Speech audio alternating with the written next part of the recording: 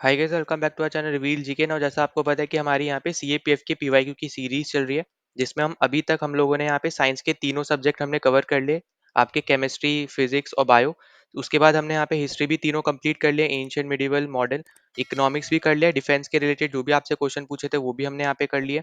और अभी आपको पता है जैसे हमारे यहाँ पे साथ साथ ज्योग्राफी के भी पीवाईक्यूज चल रहे हैं, उसके बस 2 पार्ट्स आपके यहाँ पे रह गए हैं। वो भी आपके यहाँ पे आके खत्म हो जाएंगे। अब हमारे यहाँ पे लास्ट और फाइनल आपका यहाँ पे एक सब्जेक्ट है, जिसके आपके यहाँ पे जो क्वेश्चंस बचे थे, ठीक है, पीवाईक्यूज करने हमारे यहाँ पे बचे थे। इसके अलावा जितने भी हमारे यहाँ पे सब्जेक्ट्स थे, हमने सबके यहाँ पे ऑलरेडी यहाँ पे मैंने वीडियो बना रखे हैं। अगर आपने अभी तक नहीं देखे तो एक सिंगल प्लेलिस्ट में मैंने उसको सीक्वेंस वाइज डाल रखा है, तो वहां जाके आप जरूर देख सकते हो। उस प्लेलिस्ट को आप सेव कर लो, जब भी आप चाहो वहां पे आप एक ही प्लेलिस्ट को फॉलो करते हो आप सारी वीडियोस देख सकते हो। लिंक आपको उस प्लेलिस्ट का डिस्क्रिप्शन और आई बटन पे मैं दे दूंगा, वहां पे जाके आप देख लेना। साथ ही साथ सीडीएस के पीवाईक्यूज भी आप यहाँ पे जरूर लगा के जाना, एज अ प्रैक्टिस आप लगा सकते हो। और आपको यहाँ पे मैंने पिछले कुछ वीडियोस में बताया भी है, जैसे यहाँ पे कि क्वेश्चंस आपके ऑलमोस्ट ज्यादातर मैं यहाँ पे बोल सकता हूँ कि यहाँ पे ऑप्शन से बनते हैं, ठीक है। तो जो पहले आपके क्वेश्चंस आ चुके हैं ना, उसके ऑप्शन से या तो क्वेश्चन बनेंगे, या फिर जो प्रेजेंट में भी कोई भी न्यूज चल रही होगी उसके अकॉर्डिंग बनेंगे। तो आप देखोगे कि सीडीएस और आपका यहाँ पे सीएपीएफ, क्योंकि दोनों ही पेपर आपका यूपीएससी करवाती है, तो ऑप्शंस आपके जो सीडीएस में दिया होगा उससे रिलेटेड आपसे सीएपीएफ में पूछ लेता है। कभी सीएपीएफ में जो दिया होता है वो आपसे सीडीएस में पूछ लेता है। तो दोनों अगर आप यहाँ पे लगा के जाओगे तो आपका यहाँ पे एक तरीके से आप यहाँ पे प्रॉफिट रहेगा आपके लिए वो, ठीक है। तो उस प्लेलिस्ट का लिंक भी यहाँ पे डिस्क्रिप्शन और आई बटन पे दे दूंगा, वहां जाके आप देख लेना। और टेलीग्राम चैनल अभी तक ज्वाइन नहीं किया तो वो भी ज्वाइन कर लेना, ये सारी पीडीएफ्स आपको वहां पे ही मिलेंगी। साथ ही साथ हम यहाँ पे हमेशा क्वेश्चंस पूछते रहते हैं आपके, ठीक है, करंट अफेयर से रिलेटेड, या फिर आपके यहाँ पे मिक्स जीके क्वेश्चंस आपके यहाँ पूछता रहता हूँ, ताकि आपकी प्रैक्टिस भी चलती रहे साथ ही साथ। तो वो आप जरूर ज्वाइन कर लेना ग्रुप भी। और अगर आप यहाँ पे चैनल पे पहली बार आए तो प्लीज सब्सक्राइब कर देना, वीडियो को लाइक कर देना, जितना ज्यादा हो सकता है इस वीडियो को शेयर कर देना, ताकि ज्यादा से ज्यादा लोगों तक यहाँ पे पहुंच पाए। तो चलो यहाँ पे हम शुरू कर लेते हैं। तो देखो, सबसे पहले हम इस पर्टिकुलर वीडियो में ना 2014 और 2015 के क्वेश्चन सॉल्व करेंगे, ठीक है। जैसा आपको पता है कि पॉलिटी एक वास्ट आपका सब्जेक्ट है, और ज्यादा क्वेश्चंस भी इससे पूछे जाते हैं, ठीक है। जैसे हिस्ट्री तो हो गया वहां पे कि 3 आपको सब डिवीजन देखने को मिल रहे हैं, उसके बाद आपको 25 क्वेश्चन के अराउंड आपसे वहां पे पूछे जाते हैं, 20 से 25 के बीच में, ठीक है। पर पॉलिटी आपका एक लौता सब्जेक्ट है, ठीक है, जिससे आपको मैक्सिमम क्वेश्चन पूछे जाएंगे ज्योग्राफी के साथ, ठीक है। ज्योग्राफी भी बहुत पूछा जाता है, और पॉलिटी भी अच्छा खासा लेवल का आपका पूछा जाता है। तो हर पेपर में आपको यहाँ पे 18 20 या 15 से 20 के बीच में आपको यहाँ पे क्वेश्चंस मिल जाएंगे। और अगर आप देखोगे ना, आप अगर बाकी सब्जेक्ट से कवर करोगे, यहाँ पे कंपेयर करोगे, तो आप इजीली पॉलिटी के क्वेश्चन सॉल्व कर सकते हो, ठीक है। तो यहाँ पे सबसे पहले क्वेश्चन आपको यहाँ पे 2014 के हम यहाँ पे सॉल्व करने वाले हैं। तो पहला क्वेश्चन आपको दिख रहा होगा, 2 स्टेटमेंट दे रखी है, और आपको यहाँ पे ये ऑप्शन इस तरफ दे रखे हैं, ठीक है। इनके अकॉर्डिंग आपको बताने की कौन सा आपके यहाँ पे ऑप्शन करेक्ट है। अब देखो, पहला स्टेटमेंट आपको दे रखा है, the Rajya Sabha is not subject to dissolution and the members enjoy a tenure of 6 year. अब यहाँ पे इसका मतलब क्या है, यहाँ पे ये बोलना चाह रहा है कि जब 5 साल, या जैसे आपको पता होगा लोकसभा क्या होता है, डिसॉल्व हो जाती है ना, क्योंकि यहाँ पे जैसे 5 साल कंप्लीट होते हैं, वैसे ही वापस से इलेक्शन होते हैं, फ्रेश इलेक्शन होते हैं, नए मेंबर्स आपके यहाँ पे इलेक्ट होते हैं, जैसे अभी भी हुए हैं। तो आपसे यहाँ पे क्वेश्चन भी बन सकता है, इलेक्शन कमीशन के अकॉर्डिंग आपसे क्वेश्चन बन सकता है, लोकसभा के रिलेटेड आपसे क्वेश्चन मतलब वो बना सकते हैं, फिर या फिर पार्लियामेंट के रिलेटेड बना सकते हैं, ठीक है। तो यहाँ पे आपको पता है कि लोकसभा आपकी डिसॉल्व होती है, पर आपकी राज्यसभा डिसॉल्व नहीं होती, और राज्यसभा का टेन्योर कितना होता है, 6 साल का होता है, ठीक है। इंपॉर्टेंट पॉइंट है, याद रखना। लोकसभा का टेन्योर 5 साल का होता है, राज्यसभा का 6 साल का होता है। तो हमारा यहाँ पे पहला तो एकदम करेक्ट है कि वो हमारी यहाँ पे डिसॉल्व नहीं होती है, ठीक है, यही हमसे बोल रहा था।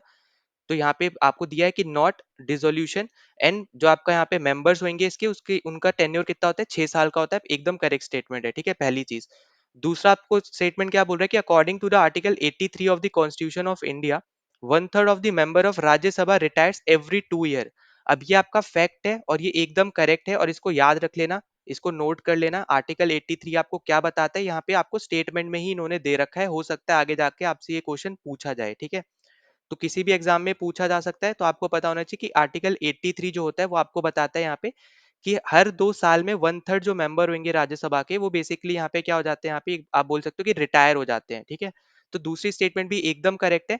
और इसी के चलते ही आप यहाँ पे देखोगे कि यहाँ पे जो दूसरी स्टेटमेंट है ना, पहले वाले को एक्सप्लेन कर रही है, क्योंकि यहाँ पे कहीं पे भी दूसरे स्टेटमेंट में डिसॉल्व की बात नहीं हो रही, यहाँ पे रिटायर हो रहे हैं, नए इलेक्ट हो जा रहे हैं, रिटायर हो रहे हैं, नए इलेक्ट हो जा रहे हैं, ठीक है। डिसॉल्व होके वापस से इलेक्शन होके नहीं आ रहे हैं वो लोग, ठीक है। और आपको जैसे पता होगा कि राज्यसभा जो होता है उसके जो मेंबर्स होते हैं, वो बेसिकली आपके इनडायरेक्टली इलेक्टेड मेंबर्स होते हैं, ठीक है। तो ये भी पॉइंट याद रखना, ये आपके यहाँ पे आपके डायरेक्टली इलेक्टेड नहीं रहेंगे, ठीक है। ये पॉइंट इंपॉर्टेंट है कि डायरेक्टली इलेक्टेड नहीं है, वो इनडायरेक्टली इलेक्टेड है, ठीक है। कहीं कहीं आपसे ऐसे भी क्वेश्चन बन सकते हैं। तो लोकसभा आपका डायरेक्टली इलेक्टेड है, जहां पे लोग उनको सिलेक्ट करते हैं, ठीक है, जो भी मेंबर बनते हैं यहाँ पे लोकसभा के, लोग उनको सिलेक्ट करते हैं। और राज्यसभा के वो मेंबर्स बनते हैं जो लोगों ने जिनको सिलेक्ट किया है ना, जो मेंबर्स को लोकसभा के या फिर स्टेट असेंबली जैसा मान लेते हैं फॉर एग्जाम्पल, तो उनके जो मेंबर्स बन गए फिर अब वो आगे जाके इनको सिलेक्ट करते हैं, ठीक है। तो इसलिए हम बोलते हैं ये इनडायरेक्टली इलेक्शन है, ठीक है, इनडायरेक्ट इलेक्शन है। दूसरा पॉइंट याद रखना है, इसके रिलेटेड आर्टिकल आपको पता होना चाहिए कि राज्यसभा का आर्टिकल है यहाँ पे 80, ठीक है। तो ये पॉइंट आपके लिए इंपॉर्टेंट है, ये आपको पता होना चाहिए। लोकसभा का कितना है वहाँ पे 81 है, और आर्टिकल 79 क्या बताता है, पार्लियामेंट बताता है। पार्लियामेंट में कौन कौन आता है, आपका राज्यसभा आती है, लोकसभा आती है और प्रेसिडेंट आते हैं, ठीक है। तो ये तीन इंपॉर्टेंट आपके पिलर्स हैं यहाँ पे, ये आपको यहाँ पे पता होना चाहिए, ठीक है। अब ना उसके अलावा आपको यहाँ पे एक छोटा सा और मैं बता दे रहा हूँ, यहाँ पे अगर आपसे पूछता है कि कितने साल आपका यहाँ पे होना चाहिए अगर आपको यहाँ पे राज्यसभा का मेंबर बनना है, ठीक है, तो वो आपका होता है यहाँ पे 30 ईयर्स, ठीक है। एज के हिसाब से अगर हम बात करें तो एज आपको यहाँ पे चाहिए होती है 30 ईयर्स, चाहिए होती है 30 ईयर्स मिनिमम, ठीक है। इस तरीके से याद रख लेना, मिनिमम 30 ईयर्स। 30 से ऊपर वाले बनते ही हैं, पर 30 से नीचे वाले नहीं बन सकते, 30 या 30 से ऊपर वाले आपके मेंबर्स बनेंगे। और आपके यहाँ पे जो चेयरमैन होते हैं वो कौन होते हैं, यहाँ पे वाइस प्रेसिडेंट होते हैं, ठीक है। तो ये भी याद रख लेना, ये इंपॉर्टेंट पॉइंट है कि जो आपके यहाँ पे चेयरमैन होंगे, चेयरमैन कौन होंगे, आपके यहाँ पे वीसी होंगे, ठीक है, और वीपी होंगे, वाइस प्रेसिडेंट, ठीक है। तो ये इंपॉर्टेंट पॉइंट है जो आपको यहाँ पे याद रख लेना है। और आपको जैसे पहले भी आपको मैं दूसरे वीडियोस में बता चुका हूँ, तो वाइस प्रेसिडेंट की जो एज होती है ना वो होती है 35। तो जब उनके क्वालिफिकेशन की बात आती है ना, तो वहां पे सेपरेटली उन्होंने लिखा हुआ है क्वालिफिकेशन में कि 35 ईयर्स वाले बन सकते हैं वाइस प्रेसिडेंट, ठीक है। उसके बाद जो दूसरा आपका लिखा होता है वो उन्होंने लिखा होता है कि जो आपका राज्यसभा के मेंबर्स का क्वालिफिकेशन है वो, ठीक है। तो इससे आपको ये आइडिया लग रहा है कि एज के अकॉर्डिंग बस यहाँ पे वो 35 होने चाहिए, पर बाकी जो क्वालिफिकेशन है वो आपका यहाँ पे राज्यसभा मेंबर्स का रहेगा, ठीक है। तो इसलिए आपको यहाँ पे ये पता होना चाहिए। और यहाँ पे जो आपके चेयरमैन है, ठीक है, क्योंकि यहाँ पे ये मेंबर नहीं है राज्यसभा के, तो आपको ये भी पता होना चाहिए, जैसे लोकसभा में क्या है, लोकसभा में जो स्पीकर बनता है वो लोकसभा का ही मेंबर होता है, उसमें इलेक्शन होके फिर वो इलेक्ट होता है, ठीक है, जैसे ओम बिरला अभी यहाँ पे हुए हैं। पर यहाँ पे क्या है, यहाँ पे ये हमारे वाइस प्रेसिडेंट है, ठीक है, जो यहाँ पे बने हैं वही यहाँ पे फिर चेयरमैन बन जाते हैं, ठीक है। तो आई होप कि आपको ये सब चीजें पता हो। और हाँ, एक और चीज आपको यहाँ पे डाउट हो सकता है कि क्या राज्यसभा के मेंबर्स कभी प्राइम मिनिस्टर बन सकते हैं, तो बिल्कुल बन सकते हैं। ये हमेशा याद रखना कि प्राइम मिनिस्टर आपका लोकसभा का भी हो सकता है, राज्यसभा का भी हो सकता है। अगर आप एग्जाम्पल के तौर पे देखोगे तो इंदिरा गांधी आपकी यहाँ पे राज्यसभा की मेंबर थी जब यहाँ पे वो बनी थी, ठीक है, पीएम। फिर मनमोहन सिंह भी आपके यहाँ पे राज्यसभा के मेंबर थे जब वो यहाँ पे पीएम बने थे। तो ऑब्वियस सी बात है यहाँ पे कि राज्यसभा और लोकसभा किसी के भी आप मेंबर होने चाहिए, तभी आप पीएम बन सकते हो, ठीक है। और एक और आपको यहाँ पे याद रखना है कि अगर मान लो यहाँ पे कोई मिनिस्टर की बात होती है, ठीक है, तो अगर आप मेंबर नहीं हो और आपको अगर मान लो कोई मिनिस्टर बना देता है, ठीक है, कैबिनेट मिनिस्टर में आपको यहाँ पे डाल देता है, तो उस केस में आपके यहाँ 6 महीने होते हैं कि आपको ना राज्यसभा में सीट लेनी पड़ेगी या लोकसभा में इलेक्शन जीतना पड़ेगा। मतलब एक तरीके से आप बोलो कि पार्लियामेंट में आपके पास एक सीट होनी चाहिए खुद की, ठीक है। तो वो पॉइंट आपको यहाँ पे याद रखना है। तो यहाँ पे तो हमारा आंसर क्या हो जाएगा, यहाँ पे ऑप्शन नंबर ए हमारे यहाँ पे राइट आंसर हो जाएगा। ना अगले क्वेश्चन पे चलते हैं। तो इस पर्टिकुलर क्वेश्चन में आपको यहाँ पे देखो वही सेम तरीके का सेम फॉर्मेट का क्वेश्चन है। यहाँ पे आपको दो स्टेटमेंट दे रखी है। पहली स्टेटमेंट आपसे बोल रही है कि impeachment procedure is a quasi judicial procedure and the president of India can be impeached only on the grounds of violation of the constitution. तो एकदम करेक्ट है कि अगर आपको मान लो प्रेसिडेंट को हटाना है तो वो तभी हट सकते हैं जब उन्होंने यहाँ पे कॉन्स्टिट्यूशन का वायलेशन किया हो, ठीक है। तभी आपको यहाँ पे याद रखना है। ये पहला पॉइंट है। दूसरा पॉइंट है कि यहाँ पे किसी भी हाउस में आप ऐसा बोल सकते हो इनके अगेंस्ट मोशन चल सकता है, ठीक है। मतलब मोशन इन द सेंस हो गया कि यहाँ पे अगर इनको हटाना है तो एक मोशन लाना पड़ता है जिसमें 1/4 जो आपके मेंबर्स है, ठीक है, जैसे मान लो लोकसभा में ये मोशन आता है तो लोकसभा के 1/4 मेंबर्स जो है यहाँ पे उनको ये साइन करना पड़ेगा। तब जाके आप बोल सकते हो कि ये मोशन वैलिड होगा। उसके बाद इस पे वोटिंग होगी, ठीक है। और वोटिंग आप बोल लो यहाँ पे बहुत ज्यादा इसका आप ऐसे समझ सकते हो कि इम्पीचमेंट जो प्रोसेस है ना प्रेसिडेंट का, बहुत ज्यादा डिफिकल्ट प्रोसेस है, क्योंकि यहाँ पे उनको हटाने के लिए ना स्पेशल मेजोरिटी विद 2/3 वोटिंग चाहिए होती है। मतलब कहने का क्या है कि 2/3 जो मेंबर है यहाँ पे हाउस के, उनको फेवर में वोट डालना पड़ेगा उस मोशन के, तब जाके वो प्रेसिडेंट हटेंगे, ठीक है। और यहाँ पे ये मोशन लाने से पहले 14 दिन पहले बेसिकली बताना होता है यहाँ पे प्रेसिडेंट को, ठीक है। तो याद रखना, जैसे मान लो अगर आज ये मोशन लाते हैं तो आज से 14 दिन पहले इनको प्रेसिडेंट को बताना पड़ेगा, ठीक है, कि हम यहाँ पे आपके अगेंस्ट ये मोशन ला रहे हैं। और फिर वहां पे ये मोशन तभी लाएंगे जब यहाँ पे 1/4 मेंबर जो है यहाँ पे लोकसभा के, अगर हम लोकसभा के रिस्पेक्ट में बात करें तो यहाँ पे उस मोशन को साइन करते हैं। एक बार वो मोशन साइन हो जाता है, यहाँ पे कंफर्म हो जाता है कि इतने लोगों ने यहाँ पे कर दिया, 1/4 मेंबर या उससे ज्यादा लोगों ने साइन करा है। उसके बाद इस पे वोटिंग होती है। वोटिंग में भी 2/3 मेंबर यहाँ पे साइन, मतलब यहाँ पे 2/3 मेंबर को यहाँ पे उसके अगेंस्ट नहीं, उसके फॉर में वोटिंग करनी पड़ेगी। फॉर मतलब होगा कि उनको हटाना चाह रहे हैं, ठीक है। अगेंस्ट हो गया मतलब कि उनको नहीं हटाना चाह रहे हैं। तो अगर फॉर में वोटिंग होती है तो लोकसभा से वो पास होके फिर राज्यसभा में चला जाएगा। फिर राज्यसभा में वापस से अगर हम देखें तो उनको वापस से फिर 2/3 मेजोरिटी वहां पे चाहिए। तो मुश्किल होता है यहाँ पे, एक तरीके से आप ये समझ सकते हो यहाँ पे प्रेसिडेंट को हटाना। और ये किस आर्टिकल में लिखा हुआ है, मतलब इम्पीचमेंट जो आपका है ये आपका गिवन है यहाँ पे आर्टिकल 61 में, ठीक है। तो ये भी पॉइंट आपको यहाँ पे याद रख लेना है। और ये हमने यहाँ पे इम्पीचमेंट और प्रेसिडेंट लिया किससे है, तो ये हमने लिया है यहाँ पे यूएसए से, ठीक है। तो ये भी पॉइंट है, आपको सोर्सेज ऑफ आपको यहाँ पे सोर्सेज ऑफ कॉन्स्टिट्यूशन भी पता होना चाहिए, ठीक है। दूसरा स्टेटमेंट आपसे क्या बोल रहा है, the impeachment procedure can be initiated in either of the house of the parliament. तो एकदम करेक्ट है, अभी मैंने आपको बताया कि कोई भी हाउस में आपका यहाँ पे ये प्रोसेस चल सकता है, ठीक है। तो यहाँ पे जैसे मनी बिल होता है, मनी बिल सिर्फ आपका लोकसभा में, उस केस में आपका अलग सिनेरियो है, ठीक है। तो मनी से रिलेटेड चीजें सब लोकसभा से रिलेटेड होंगी। पर यहाँ पे अगर हम बात करें, यहाँ पे प्रोसीजर जो हम बात कर रहे हैं बेसिकली यहाँ पे प्रेसिडेंट को हटाने का, वो किसी भी हाउस में चल सकता है। यहाँ पे आप मनी बिल वाला सिनेरियो नहीं लेके आओगे, ठीक है। तो यहाँ पे आपके दोनों स्टेटमेंट करेक्ट है। पर दूसरा स्टेटमेंट यहाँ पे पहली वाली को एक्सप्लेन नहीं कर रहा है, ठीक है। तो ये पॉइंट आपको यहाँ पे याद रखना है। तो हमारा जो राइट आंसर होगा यहाँ पे वो ऑप्शन नंबर बी हो जाएगा, ठीक है। अब देखो यहाँ पे प्रेसिडेंट से रिलेटेड और भी बहुत सारे आर्टिकल है, 52 है, जैसे यहाँ पे वो बताते हैं कि प्रेसिडेंट होना चाहिए, ठीक है। प्रेसिडेंट एक तरीके से आपका यहाँ पे हेड ऑफ द स्टेट होता है। फिर आपको यहाँ पे जैसे पता होगा यहाँ पे जो आपका आर्टिकल 72 है, ठीक है। आपका यहाँ पे जो पार्डनिंग पावर है बेसिकली यहाँ पे, ठीक है, जो 5 पावर पार्डन मतलब यहाँ पे करते हैं जो प्रेसिडेंट, उसके बारे में बताता है। फिर आपका आर्टिकल 111 जो है वीटो पावर के बारे में बताता है, प्रेसिडेंट के पास जो होती है। तो ये जो आर्टिकल्स हैं ये सब आपको पता होना चाहिए, उसमें क्या है गिवन ये आपको आइडिया होना चाहिए, ठीक है। तो यहाँ पे अपना राइट आंसर हो जाएगा यहाँ पे बी ऑप्शन। नाउ अगले क्वेश्चन पे चलते हैं। तो ये क्वेश्चन आप बोल सकते हो यहाँ पे यूनिक क्वेश्चन है और इंटरेस्टिंग क्वेश्चन है। तो यहाँ पे देखो आपसे क्या बोला जा रहा है कि which one of the following statement with regard to revise ceiling on poll expenditure for election in India is correct. अब यहाँ पे बेसिकली आपसे पूछा जा रहा है कि यहाँ पे एक लिमिट सेट की गई है यहाँ पे यूनियन गवर्नमेंट के द्वारा, ठीक है, इलेक्शन कमीशन के द्वारा नहीं है ये, यूनियन गवर्नमेंट के द्वारा एक लिमिट सेट करी गई है कि हर एक कॉन्स्टिट्युएंसी में जो आपका यहाँ पे कैंडिडेट खड़ा होता है तो उस पे आप कितना खर्च कर सकते हो, ठीक है। लोकसभा इलेक्शन में और असेंबली इलेक्शन में आपका अलग अलग सिनेरियो होता है। तो पहले हम वो डिस्कस कर लेते हैं, उसके बाद आपको यहाँ पे मैं ऑप्शन के साथ यहाँ पे एलिमिनेट करके दिखा दूंगा, ठीक है। तो देखो सबसे पहले हम यहाँ पे बात करेंगे लोकसभा की। तो लोकसभा में ना आपके पास 4 कंडीशन होती है।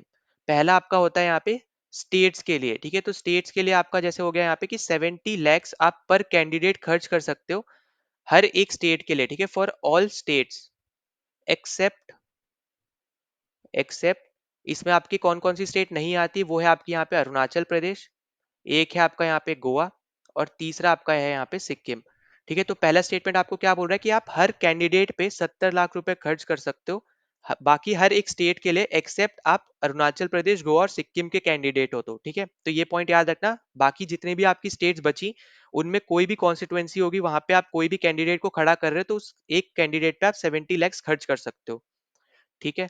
फिर दूसरा पॉइंट अब हम यहाँ पे चलते हैं। तो दूसरा पॉइंट है आपके पास यहाँ पे 54 lakhs का। अब 54 lakhs आप कौन से कैंडिडेट पे खर्च करोगे, जो भी आपके यहाँ पे अरुणाचल प्रदेश से है, सिक्किम से है, ठीक है, और आपके यहाँ पे गोवा से है, ठीक है। तो ये याद रखना, यहाँ पे 70 lakhs में ये तीनों स्टेट्स नहीं आते, ये आपके 54 lakhs वाले में आते हैं। फिर आपका आ जाता है यहाँ पे एक और, वो है आपका यहाँ पे 70 lakhs। अब 70 lakhs आप यहाँ पे खर्च करोगे दिल्ली के लिए, ठीक है। जो भी आपके यहाँ पे लोकसभा इलेक्शन की हम बात करें तो लोकसभा में आपका कोई भी कैंडिडेट है यहाँ पे जो दिल्ली की कॉन्स्टिट्युएंसी से लड़ रहा है, उस पर्टिकुलर केस में आप उस पे 70 lakhs खर्च कर सकते हो, ठीक है। यहाँ पे डिफरेंट डिफरेंट कॉन्स्टिट्युएंसीज हैं दिल्ली में भी। तो हर एक कैंडिडेट जो यहाँ पे अलग अलग कॉन्स्टिट्युएंसी से लड़ रहा है, तो हर एक कॉन्स्टिट्युएंसी के कैंडिडेट पे आप 70 lakhs खर्च कर सकते हो।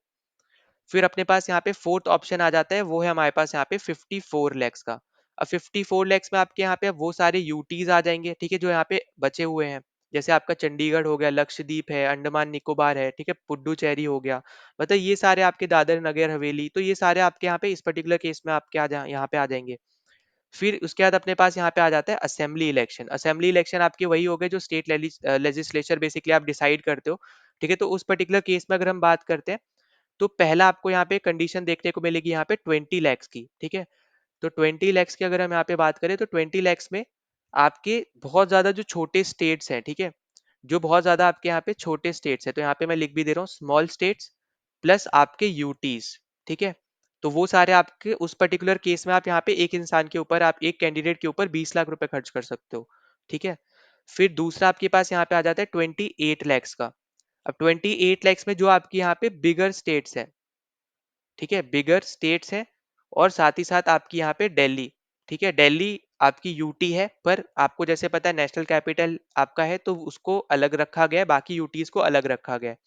तो जो बाकी यूटीज और छोटी स्टेट्स हैं उनके लिए आप पर कैंडिडेट आप यहाँ पे 20 लाख खर्च कर सकते हो असेंबली में, ठीक है, वैसे तो आप 54 खर्च कर सकते हो अलग से, पर यहाँ पे आपका कितना है, यहाँ पे 28 हो जाएगा यहाँ पे बिगर स्टेट्स और दिल्ली के लिए, और वहां पे लोकसभा में कितना था, यहाँ पे 70 था दिल्ली के लिए, ठीक है, तो ये पॉइंट आपको यहाँ पे याद रखना है।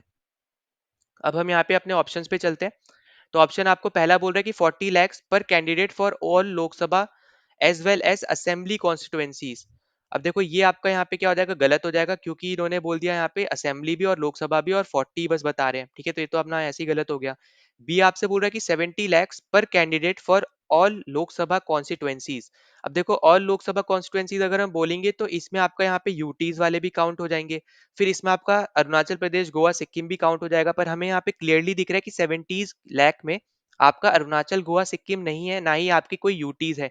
यूटीज और आपके यहाँ पे अरुणाचल, सिक्किम, गोवा के लिए 54 lakhs खर्च करते हो, ठीक है, पर कैंडिडेट। तो हमारे यहाँ पे ये भी गलत हो जाएगा, क्योंकि हमें ये कंडीशन नहीं दे रखी है यहाँ पे। फिर सी हमसे यहाँ पे क्या बोल रहा है, द 70 lakhs पर candidate for Lok Sabha constituencies for all state except Arunachal Pradesh, Goa and Sikkim. अब देखो ये सेम आपको यहाँ पे पहली स्टेटमेंट में देखने को मिल रही है, कंडीशन आपको यहाँ पे दे रखी है, तो हमारा यहाँ पे आंसर क्या हो जाएगा, सी ऑप्शन हमारा यहाँ पे करेक्ट आंसर है।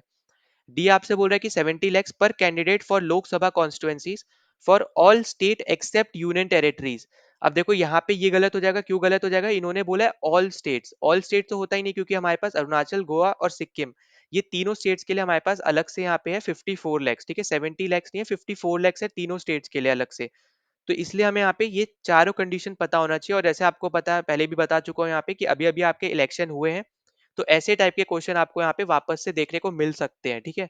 तो जो प्रेजेंट में अभी करंट न्यूज यहाँ पे चल रही है उसके रिगार्डिंग भी आपको यहाँ पे क्वेश्चंस पूछे जाते हैं, कोई भी सब्जेक्ट आप यहाँ पे ले लो, ठीक है, चाहे आप हिस्ट्री से रिलेटेड बात कर लो या फिर पॉलिटी से बात कर लो या फिर ज्योग्राफी से, तो आपको यहाँ पे पूछे ही जाते हैं डेफिनेटली करंट अफेयर्स से, ठीक है। तो इसलिए हमें यहाँ पे ये सब चीजें अच्छे से, टॉपिक भी अच्छे से यहाँ पे करके जाने हैं, और ये टॉपिक तो आपको सबसे ज्यादा अच्छे से रिवाइज भी करने हैं, ठीक है, तो हमारे यहाँ पे आंसर करेक्ट हो जाएगा यहाँ पे सी ऑप्शन। नाउ अगले क्वेश्चन पे चलते हैं। तो अगला क्वेश्चन आपसे यहाँ पे बोल रहा है कि which one of the following does not relate to the fundamental rights as enshrined in the constitution of India. ठीक है, तो फंडामेंटल राइट्स के अकॉर्डिंग आपके इनमें से कौन सी स्टेटमेंट आपकी यहाँ पे गलत है, ये आपको बताना है, ठीक है, नॉट बोल रहा है, याद रखना गलत स्टेटमेंट हमारा यहाँ पे आंसर होगा, ठीक है। अब आपसे यहाँ पे देखो पहला स्टेटमेंट बोल रहे हैं यहाँ पे free and compulsory education to all children of the age of 6 to 14 years. तो यहाँ पे ये एक तो आपकी एकदम करेक्ट स्टेटमेंट है। आपको यहाँ पे पता होगा जो आपका यहाँ पे 86 कॉन्स्टिट्यूशनल अमेंडमेंट एक्ट आया था, ठीक है, 2002 में, तो उससे आपको यहाँ पे आर्टिकल 21A हमने यहाँ पे डाला था। अब 21A आपको क्या बताता है, यहाँ पे राइट टू एजुकेशन बताता है, ठीक है, तो ये हमारा यहाँ पे क्या बताता है, ये आपका यहाँ पे राइट टू एजुकेशन बताता है, तो ये तो आपका एकदम करेक्ट है, आपको यहाँ पे फंडामेंटल राइट में यहाँ पे गिवन है। और अच्छा ये भी पता होगा आपको यहाँ पे कि फंडामेंटल राइट आपका यहाँ पे पार्ट 3 में आता है, ठीक है, आई होप कि आपको ये सब तो चीजें, छोटी छोटी चीजें हैं जो आपको ये तो पता ही है, ठीक है, पार्ट 3 में आपका यहाँ पे आता ही है। और अगर हम इसके रिस्पेक्ट में आगे बात करते हैं यहाँ पे, तो देखो दूसरा ऑप्शन हमसे क्या बोल रहा है कि prohibition of trafficking in human beings and force labour. अब देखो ह्यूमन ट्रैफिकिंग आपका है यहाँ पे आर्टिकल 23, फोर्स लेबर है आपका यहाँ पे आर्टिकल 24, है ना, जो आपका यहाँ पे basically provision of employment of children, ये सब आपका ट्रैफिकिंग हो गया। फोर्स लेबर तो चलो आपका यहाँ पे 23 हो जाएगा, ठीक है, तो ये जो आपको बेसिकली स्टेटमेंट दे रखी है ये आपका है 23 से रिगार्डिंग, ठीक है, तो ये तो आपका है यहाँ पे आर्टिकल 23।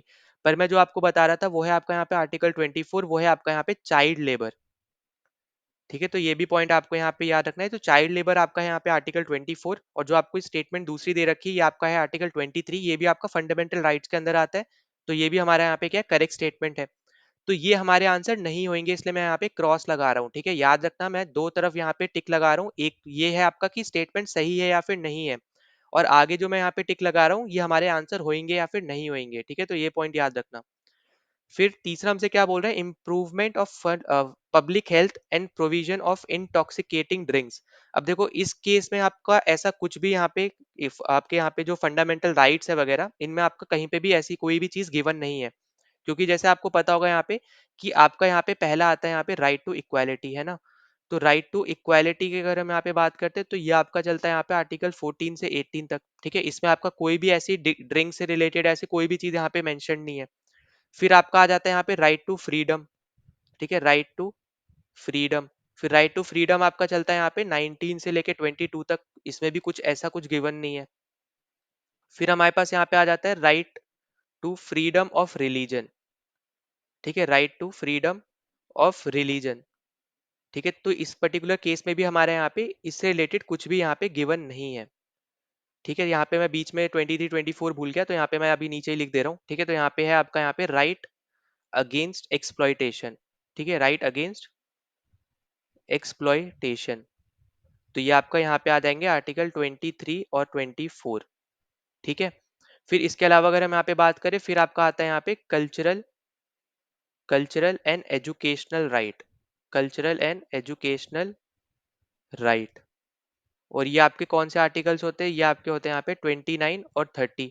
और लास्ट आपका यहाँ पे एक होता है right to constitutional remedy, right to constitutional constitutional remedies, ठीक है। ये आपका होता है यहाँ पे आर्टिकल 32, जो आपका बेसिकली रेट्स है सुप्रीम कोर्ट का, ठीक है। तो यहाँ पे ये भी आपको यहाँ पे याद रख लेने।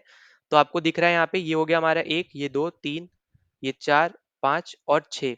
अगर आपको पता हो, जब हमारा कॉन्स्टिट्यूशन लागू हुआ था तो उस टाइम हमारे पास यहाँ पे 7 डिफरेंट टाइप्स के राइट्स थे।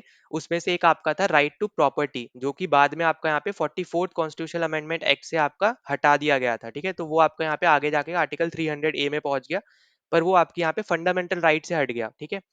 तो आई होप कि आपको इतनी चीज तो अभी यहाँ पे समझ में आ रही है। तो हमारे यहाँ पे क्लियरली हमें पता चल रहा है ये स्टेटमेंट गलत है, तो हमारे ये तो आंसर में होगा ही होगा। तो वो आपको यहाँ पे नीचे के दो में दिख रहा है, तो ए और बी आप यहाँ पे आप एलिमिनेट कर सकते हो। फोर्थ आपसे बोल रहा है कि promotion of the educational and economic interest of the weaker section of the people, specially the scheduled caste and scheduled tribe. अब देखो, शेड्यूल्ड कास्ट शेड्यूल्ड ट्राइब के रिस्पेक्ट में कहीं बात नहीं हुई है, रिलीजन के केस में यहाँ पे बात हो रही है, ठीक है। यहाँ पे फंडामेंटल राइट्स में रिलीजन के केस में यहाँ पे बात हो रही है। जैसे आप अगर आप कल्चरल और एजुकेशनल राइट पे भी बात करोगे, तो वहां पे भी आपको देखने को मिलेगा रिलीजन के केस में, ठीक है, थोड़ा बहुत। तो अगर हम यहाँ पे बात करें, यहाँ पे फ्रीडम ऑफ रिलीजन जैसे आपको एक सेपरेट राइट देखने को मिल रहा है, तो वहां पे भी कहीं पे भी बेसिकली आपका यहाँ पे शेड्यूल का शेड्यूल ट्राइब से रिलेटेड यहाँ पे इनके इकोनॉमिक और एजुकेशनल इंटरेस्ट के रिगार्डिंग यहाँ पे फंडामेंटल राइट्स में बात नहीं हुई है, ठीक है। तो यहाँ पे हमारा यहाँ पे फोर्थ ऑप्शन भी आंसर में आएगा, फोर्थ ऑप्शन हमारा यहाँ पे गलत है, ठीक है। स्टेटमेंट गलत है, इसलिए हमारे आंसर में आएगा क्योंकि आपसे नॉट पूछा है। तो 3 4 हमारे यहाँ पे आंसर होना चाहिए, तो हमारा यहाँ पे डी ऑप्शन हमारा यहाँ पे क्या हो जाएगा, करेक्ट आंसर हो जाएगा। ना अगले क्वेश्चन पे चलते हैं। तो अगला क्वेश्चन आपसे पूछा है कि which one of the following are true regarding the preamble of the constitution of India. अब आपको पता होगा यहाँ पे जो प्रीएम्बल है बेसिकली हम इसको बोलते हैं क्या, इसको हम लोग बोलते हैं इंट्रोडक्शन टू कॉन्स्टिट्यूशन, ठीक है। साथ ही साथ दूसरा पॉइंट याद रखना कि ये आपका बताता है यहाँ पे कि इंटेंशन क्या था यहाँ पे जिन्होंने भी यहाँ पे कॉन्स्टिट्यूशन बनाया है, एक तरीके से आप ये बोल सकते हो, ठीक है। तो उनके इंटेंशन को भी यहाँ पे ये दर्शाता है। अब यहाँ पे जो प्रीएम्बल है ये बेसिकली आपका ऑब्जेक्टिव रेजोल्यूशन था जो जवाहरलाल नेहरू लाए थे, तो आपका एक पहला स्टेटमेंट एकदम करेक्ट है, ठीक है। दूसरा यहाँ पे कि ये आइडिया यहाँ पे इन्होंने लिया था यहाँ पे यूएसए का कॉन्स्टिट्यूशन से, तो दूसरा स्टेटमेंट भी हमारा यहाँ पे करेक्ट है। तीसरा आपको पता होगा यहाँ पे प्रीएम्बल आपका सिर्फ एक बार यहाँ पे अमेंड हुआ है, और वो था आपका यहाँ पे 42nd अमेंडमेंट एक्ट जो आपका यहाँ पे आया था 1976 में, जिसमें हमने यहाँ पे सोशलिस्ट, सेकुलर और आपका एक और वर्ड था वो था आपका यहाँ पे इंटीग्रिटी, ठीक है। तो ये तीनों ही हमने यहाँ पे आपके यहाँ पे अडॉप्ट किए थे, पर यहाँ पे आपको ये नहीं बोल रहा ओनली नहीं लगाया कहीं पे भी, तो आप यहाँ पे ये स्टेटमेंट गलत नहीं करोगे, ये भी हमारे यहाँ पे करेक्ट है। अगर यहाँ पे ये बोलता the word socialist and secular only were adopted, तो उस केस में हमारा थर्ड गलत हो जाता है, क्योंकि हमने इंटीग्रिटी भी इसी पर्टिकुलर आपके यहाँ पे 42nd अमेंडमेंट एक्ट से यहाँ पे अडॉप्ट किया था प्रीएम्बल में, ठीक है। तो ये पॉइंट याद रखना। वर्ड्स बहुत ज्यादा इंपॉर्टेंट है जो आपके यहाँ पे यूज होते हैं सेंटेंस में, ठीक है। ओनली हो गया, मोर, ऐसे करके जो छोटे छोटे बेसिकली ऑल, ओनली, ठीक है, फ्यू, तो ये सब आपके यहाँ पे बहुत ज्यादा इंपॉर्टेंट है, इसके अकॉर्डिंग आप यहाँ पे एलिमिनेट कर सकते हो ऑप्शंस को। तो यहाँ पे अपना ये करेक्ट ऑप्शन है। फोर्थ आपसे बोल रहा था preamble incorporates the fundamental right of the citizen of India, तो अब ये गलत हो जाएगा, यहाँ पे फंडामेंटल राइट्स के अकॉर्डिंग यहाँ पे कोई भी बात नहीं है, ठीक है। यहाँ पे सिर्फ इंटेंशंस बताए जा रहे हैं यहाँ पे कि जिन्होंने कॉन्स्टिट्यूशन बनाया उसके क्या उन लोग के क्या इंटेंशन है, किस टाइप का आपको कॉन्स्टिट्यूशन देखने को मिलेगा। फिर बाकी यहाँ पे जितनी भी चीजें हैं वो आपकी यहाँ पे कॉन्स्टिट्यूशन में, जैसे आपका फंडामेंटल राइट भी आपको यहाँ पे जो बोल रहा है वो आपको यहाँ पे कॉन्स्टिट्यूशन में देखने को मिलेगा, ना कि आपके प्रियम्बल में, ठीक है। तो हमारा यहाँ पे फोर्थ गलत है, जैसे ही फोर्थ गलत करोगे आपका बी सी डी सब गलत हो जाएंगे, हमें आंसर मिल जाएगा यहाँ पे ए ऑप्शन। अब यहाँ पे आप देखो ऐसे ऑप्शन जो है ना बेसिकली ये आप यहाँ पे एलिमिनेशन टेक्निक लगा सकते हो, अगर आपको बस फोर्थ पता हो तो डायरेक्ट आपको आंसर पता चल जाएगा, ठीक है। तो यहाँ पे हमारा आंसर है यहाँ पे पहला ऑप्शन, ए ऑप्शन। नाउ अगले क्वेश्चन में आपसे यहाँ पे पूछा जा रहा है कि which one of the following is or are true regarding urban local bodies in India. अब अर्बन लोकल बॉडीज मतलब किसकी बात हो रही है यहाँ पे? तो यहाँ पे बात हो रही है म्युनिसिपैलिटीज की, ठीक है। म्युनिसिपैलिटीज की यहाँ पे बेसिकली बात की जा रही है। अब आपको यहाँ पे पता होगा म्युनिसिपैलिटीज आपका यहाँ पे 12th शेड्यूल जो है यहाँ पे, उस पर्टिकुलर शेड्यूल में आपका यहाँ पे ये गिवन है, ठीक है। और ये आपका यहाँ पे ऐड हुआ था 74th कॉन्स्टिट्यूशनल अमेंडमेंट एक्ट 1992 से, ठीक है। तो ये सब चीजें आपको यहाँ पे पता होना चाहिए, बहुत सिंपल सी बात है। और इससे ऊपर एक जो था हमारे यहाँ पे 11 शेड्यूल, वो तो आपको बताता है यहाँ पे पंचायती राज, ठीक है, पंचायत राज। और ये आपका यहाँ पे ऐड हुआ था 73rd से, ठीक है। तो वो आपका है लोकल गवर्नमेंट, ठीक है, जो आपका यहाँ पे रूरल लोकल गवर्नमेंट है, और ये है आपका यहाँ पे अर्बन लोकल गवर्नमेंट। तो दोनों में यहाँ पे अर्बन और रूरल का फर्क है, ठीक है। तो ये याद रखना, अर्बन मतलब शहर और रूरल मतलब यहाँ पे जो विलेज एरिया हो गए वो, ठीक है। तो आपको पहला स्टेटमेंट ये रखा है, the constitution 74th amendment act envisages three types of urban local bodies namely municipal corporation, municipalities and city council। तो आपका यहाँ पे पहला एकदम करेक्ट है आपका यहाँ पे कि आपको तीन तरीके की आपको यहाँ पे बॉडीज देखने को मिलती है, ठीक है। आपके यहाँ पे म्युनिसिपैलिटीज की जब हम यहाँ पे बात करते हैं उसके अंदर। फिर दूसरा आपसे बोल रहा है municipal corporations are established in cities with population greater than 1 million. तो यहाँ पे ये भी आपका एकदम करेक्ट हो जाएगा कि आपको ना ज्यादातर वही आपको जो स्टेट्स है, बेसिकली ज्यादातर क्या, हमेशा आपको वही स्टेट्स ज्यादातर देखने को मिलेंगी, वही पर्टिकुलर आपके एरिया ज्यादातर आपको देखने को मिलेंगे जहां पे भी जो आपकी पॉपुलेशन है वो 1 मिलियन से ज्यादा है, वहां पे आपको म्युनिसिपल कॉर्पोरेशन मतलब यहाँ पे बनती हुई नजर आएगी, ठीक है, या फिर उस पर्टिकुलर एरिया में वो होगी। फिर तीसरा आपसे बोल रहा है कि Bombay Calcutta corporation were the first municipal corporation. अब देखो इतना तो आप हर एक को पता है यहाँ पे कि ये आपका गलत हो जाएगा, क्योंकि बॉम्बे कलकत्ता नहीं था, ये था आपका यहाँ पे मद्रास, ठीक है। सबसे पहले आपका आया था यहाँ पे मद्रास में। तो जैसे आपका पंचायती राज जैसे सबसे पहले यहाँ पे आपका राजस्थान में आया था, तो उसी तरीके से आपको ये सब चीजें पता होना चाहिए। तो सबसे पहले आपको यहाँ पे मद्रास में देखने को मिला था, ठीक है। तो मद्रास आपकी जो म्युनिसिपल कॉर्पोरेशन है वो आपकी पहली थी जो सेटअप हुई थी इंडिया में। तो बॉम्बे और कलकत्ता तो होना नहीं था, तो तीस अगर आप गलत करोगे तो डी भी गया आपका, सी भी गया। फिर अकेला आपका यहाँ पे टू करेक्ट नहीं है, ठीक है। तो गलत सही कौन सा हो जाएगा हमारे यहाँ पे, वन एंड टू हमारे यहाँ पे राइट आंसर हो जाएंगे, ठीक। तो ये पॉइंट हमें यहाँ पे याद रखना है। अब देखो यहाँ पे जो तीन आपको यहाँ पे दे रखे हैं, ठीक है, ये तीन जो आपको यहाँ पे नाम दे रखे हैं, इसके बारे में अगर हम यहाँ पे डिस्कस करते हैं, तो एक तो आपको दे दिया यहाँ पे कि म्युनिसिपल कॉर्पोरेशन जहाँ पे भी 1 मिलियन से ज्यादा पॉपुलेशन है वो, ठीक है। तो ये तो आपको यहाँ पे इसी पर्टिकुलर ऑप्शन में यहाँ पे दे रखा है। अगर अब हम यहाँ पे बात करते हैं म्युनिसिपल म्युनिसिपल आपकी यहाँ पे म्युनिसिपल आपका हो गया काउंसिल की, ठीक है, जिसको हम सिटी काउंसिल के नाम से जान रहे हैं, ठीक है। तो म्युनिसिपल काउंसिल या फिर सिटी काउंसिल जो आप बोल लो, तो यहाँ पे अगर आपकी पॉपुलेशन 1 लाख से ज्यादा है, ठीक है, अगर आपकी यहाँ पे पॉपुलेशन 1 लाख से ज्यादा है, तो यहाँ पे ब्रैकेट में लिख दे रहा हूँ मोर देन, और यहाँ पे है 1 लाख, ठीक है। मोर देन 1 लाख है अगर, तो उस केस में आपका यहाँ पे क्या बनता हुआ नजर आएगा या फिर क्या होगा उस पर्टिकुलर एरिया में, वो होगा आपका यहाँ पे सिटी काउंसिल या फिर म्युनिसिपल काउंसिल, ठीक है। तो इससे कंफ्यूज मत होना, सिटी काउंसिल भी बोलते हैं इसको, यहाँ पे मैं लिख ही दे रहा हूँ। और म्युनिसिपल कॉर्प आपका यहाँ पे काउंसिल भी बोलते हैं। कॉर्पोरेशन वो होते हैं जहाँ पे 1 मिलियन से ज्यादा लोग रहते हो, उस पर्टिकुलर जगह पे आपका म्युनिसिपल कॉर्पोरेशन बनता है। म्युनिसिपल काउंसिल बनता है जहाँ पे 1 लाख से ज्यादा लोग रहते हो, ठीक है, पर 1 मिलियन से कम रहते हो, ऑब्वियस सी बात है, ठीक है। फिर उसके बाद नेक्स्ट क्या आ जाएगा यहाँ पे, तो नेक्स्ट अपने पास है यहाँ पे जो आपको तीसरा दे रखा है यहाँ पे म्युनिसिपैलिटी, ठीक है, म्युनिसिपैलिटी। अब देखो म्युनिसिपैलिटी को हम लोग यहाँ पे बोलते हैं नगर पंचायत, नगर पंचायत, ठीक है। तो यहाँ पे ये दोनों नाम आपको यहाँ पे याद रख लेने हैं, ठीक।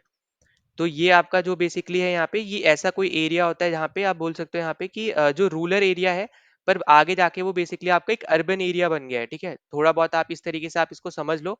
तो सबसे छोटा जो है बेसिकली आपका यहाँ पे यही है, म्युनिसिपैलिटी है।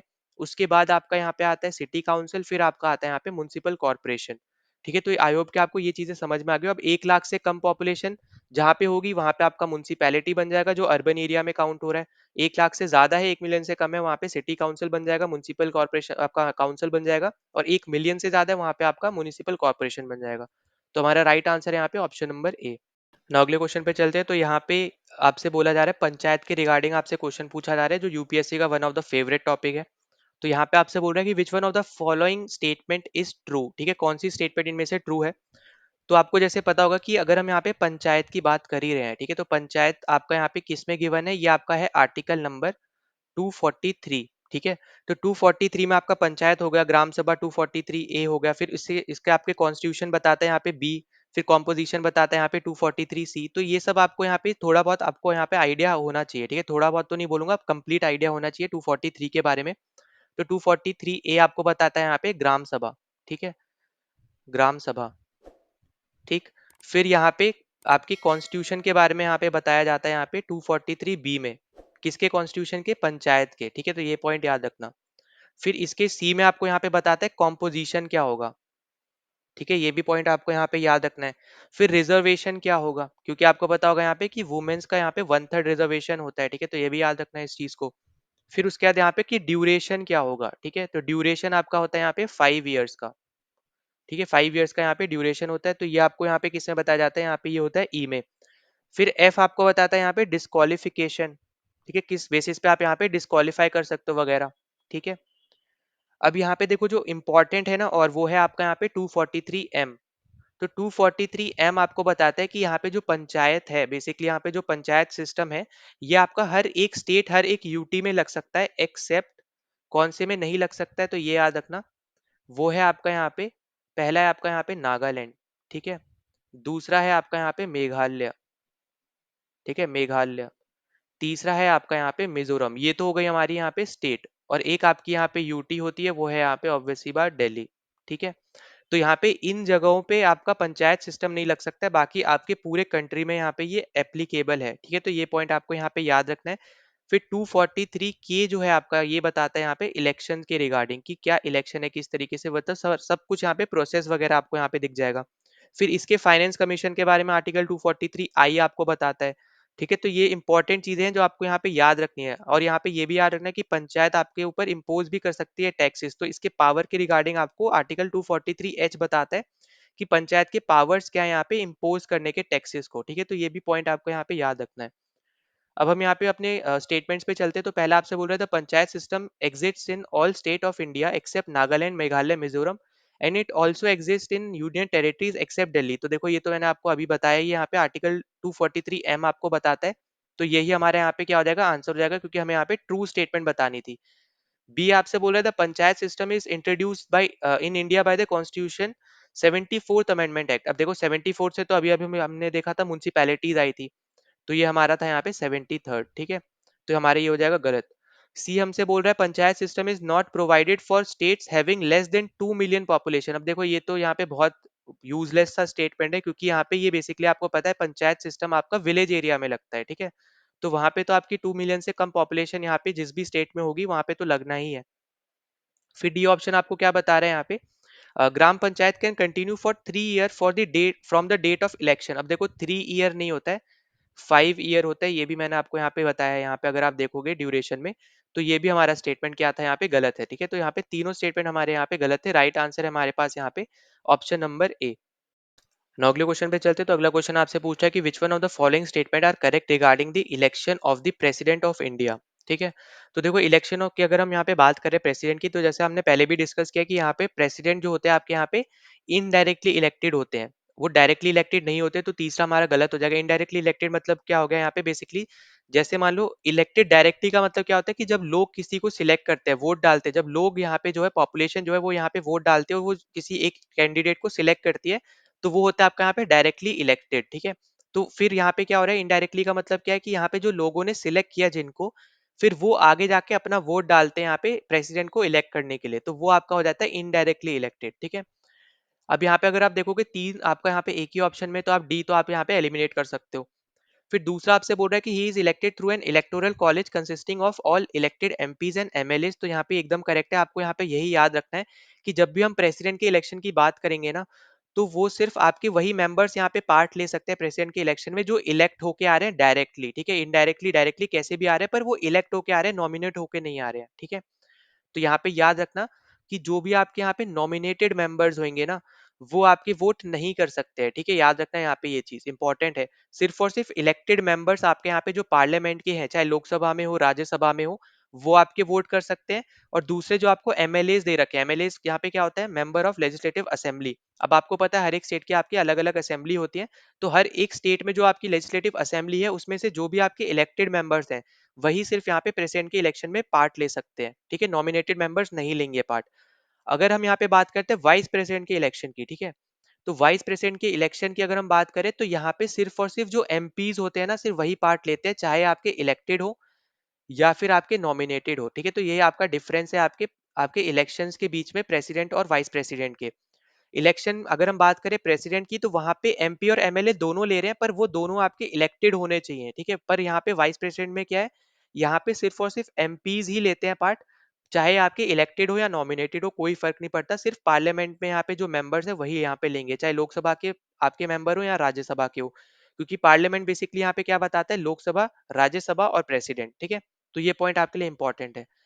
फिर फोर ऑप्शन आपसे क्या बोल रहा है कि member of the legislative council has no right to vote in the presidential election. तो यहाँ पे एकदम करेक्ट है, यहाँ पे उनके पास कोई भी राइट नहीं होता है। क्यों नहीं होता है? क्योंकि लेजिस्लेटिव काउंसिल जो होता है बेसिकली वो स्टेट का राज्यसभा की तरह काम करता है। ठीक है, और यहाँ पे सबसे बड़ा बस डिफरेंस यहाँ पे यही है कि यहाँ पे आपके सारे सारे मेंबर्स आपके क्या होते हैं, यहाँ पे एक तरीके से सारे के सारे मेंबर्स आपके नॉमिनेटेड होते हैं। ठीक है, तो लेजिस्लेटिव काउंसिल के जो मेंबर्स होते हैं वो आपके यहाँ पे नॉमिनेटेड मेंबर्स होते हैं, तो यहाँ पे आपके ये पार्ट नहीं लेंगे। ठीक है, तो यहाँ पे अपना क्या हो जाएगा, यहाँ पे फोर्थ ऑप्शन एकदम करेक्ट है, तो 1, 2 और 4 हमारे यहाँ पे राइट आंसर होगा, यहाँ पे बी हमारा यहाँ पे राइट आंसर है। ठीक है, बाकी आपके यहाँ पे गलत हो जाएंगे। ना अगले क्वेश्चन पे चलते हैं। तो अगला क्वेश्चन आपसे बोल रहा है कि which one of the following are related to right to equality under the provision of article 14 to 18 of the constitution of India. आपको वैसे मैंने पहले भी बताया यहाँ पे कि राइट टू इक्वालिटी जो है आपका यहाँ पे 14 आर्टिकल से 18 आर्टिकल तक यहाँ पे रहता है। ठीक है, तो जो भी आर्टिकल आपके 14 से 18 में आ रहे हैं वो सारे आपके यहाँ पे राइट टू इक्वालिटी के अंडर आते हैं। अगर हम यहाँ पे आगे बात करते हैं यहाँ पे, तो पहला देखो आपको क्या बोल रहा है यहाँ पे कि prohibition of discrimination on the grounds of religion, race, caste, sex और प्लेस ऑफ बर्थ। तो ये बेसिकली आपको यहाँ पे जो स्टेटमेंट दे रखी है ये है आपका यहाँ पे आर्टिकल नंबर 15। ठीक है, तो यहाँ पे ये तो आपका यहाँ पे है ही। ठीक है, मतलब यहाँ पे ये आपका प्रेजेंट होगा, तो ये हमारा आंसर में आएगा, क्योंकि आपका 14 से 18 के बीच में बेसिकली आर्टिकल 15 आता है, ऑब्वियस सी बात है। तो यहाँ पे 15 आर्टिकल आपको बताता है यहाँ पे कि कोई भी डिस्क्रिमिनेशन नहीं होना चाहिए with respect to religion, caste, आपके यहाँ पे रेस, सेक्स वगैरह, इन सब के अकॉर्डिंग। ठीक है, दूसरा आपसे बोल रहे हैं यहाँ पे equality of opportunity in matter of public employment. अब ये जो है ये आपका आता है यहाँ पे आर्टिकल 16 आपको बताता है, तो ये भी हमारे यहाँ पे देखने को मिलेगा। अब देखो यहाँ पे तीसरा हमारा नहीं होगा, क्योंकि एजुकेशनल और कल्चरल राइट जो है आपका यहाँ पे ये आर्टिकल 29 और 30 में आते हैं। ठीक है, तो ये हमारे यहाँ पे राइट टू इक्वालिटी में नहीं है, तो ये हमारे यहाँ पे आंसर में नहीं आएंगे। तो आप यहाँ पे बी गलत कर सकते हो, ए भी गलत कर सकते हो। फिर फोर्थ आपसे बोल रहा है एबोल्यूशन ऑफ अनटचेबिलिटी। अब ये आपका आता है यहाँ पे आर्टिकल 17 में। ठीक है, तो यहाँ पे ये तीन आपके यहाँ पे जो बचे स्टेटमेंट्स थे यहाँ पे तीसरे को छोड़ के, वो आपके यहाँ पे आंसर में आएंगे, तो सी ऑप्शन हमारा यहाँ पे आंसर हो जाएगा। ये आपको डायरेक्ट स्टेटमेंट बेसिकली दे रखे हैं यहाँ पे कि कौन सा आर्टिकल क्या स्टेटमेंट बेसिकली यहाँ पे बताता है। तो ये बस आपको पता होना चाहिए। जैसे आपका 18 होता है आपका यहाँ पे एबोलिशन ऑफ टाइटल्स। ठीक है, तो यहाँ पे इक्वालिटी ऑफ लॉ आपका होता है 14। तो ये सब आपको यहाँ पे स्टेटमेंट्स तो एटलीस्ट पता होना चाहिए कि यहाँ पे क्या स्टेटमेंट भी है और क्या चीज क्या बता रही है, कौन सा आर्टिकल क्या चीज बता रहा है। तो उसी से रिलेटेड आपका ये क्वेश्चन था, इजी क्वेश्चन था, तो यहाँ पे हमारा आंसर हो जाएगा यहाँ पे ऑप्शन नंबर सी। now अगले क्वेश्चन पे चलते हैं। तो अगला क्वेश्चन आपको यहाँ पे पूछा जा रहा है, which one of the following is or are correct regarding the office of governor in India. अब देखो यहाँ पे जो गवर्नर का यहाँ पे बेसिकली आर्टिकल है वो है आपका यहाँ पे 153 की, आपका यहाँ पे स्टेट में एक गवर्नर होना चाहिए, ये आपको बताता है आर्टिकल 153। ठीक है, अब यहाँ पे यही सेम आर्टिकल आपको बताता है कि एक से ज्यादा स्टेट के लिए एक सिंगल गवर्नर भी यहाँ पे हो सकता है। तो आपका जो पहला स्टेटमेंट आपको बेसिकली दे रखा है कि one governor can act as governor of more than one state, तो एकदम करेक्ट स्टेटमेंट है यहाँ पे, और ये आपकी यहाँ पे ऐड हुई थी 7 कॉन्स्टिट्यूशनल अमेंडमेंट एक्ट के थ्रू, जो आपकी आई थी यहाँ पे 1956 में। ठीक है, तो ये भी पॉइंट आपको यहाँ पे याद रखना है।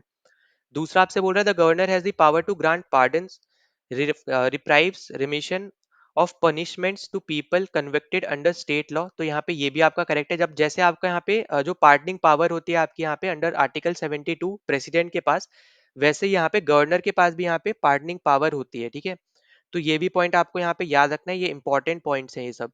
तो यहाँ पे हमारा ये भी आपका क्या हो जाएगा, यहाँ पे एकदम करेक्ट स्टेटमेंट आपको यहाँ पे दे रखी है।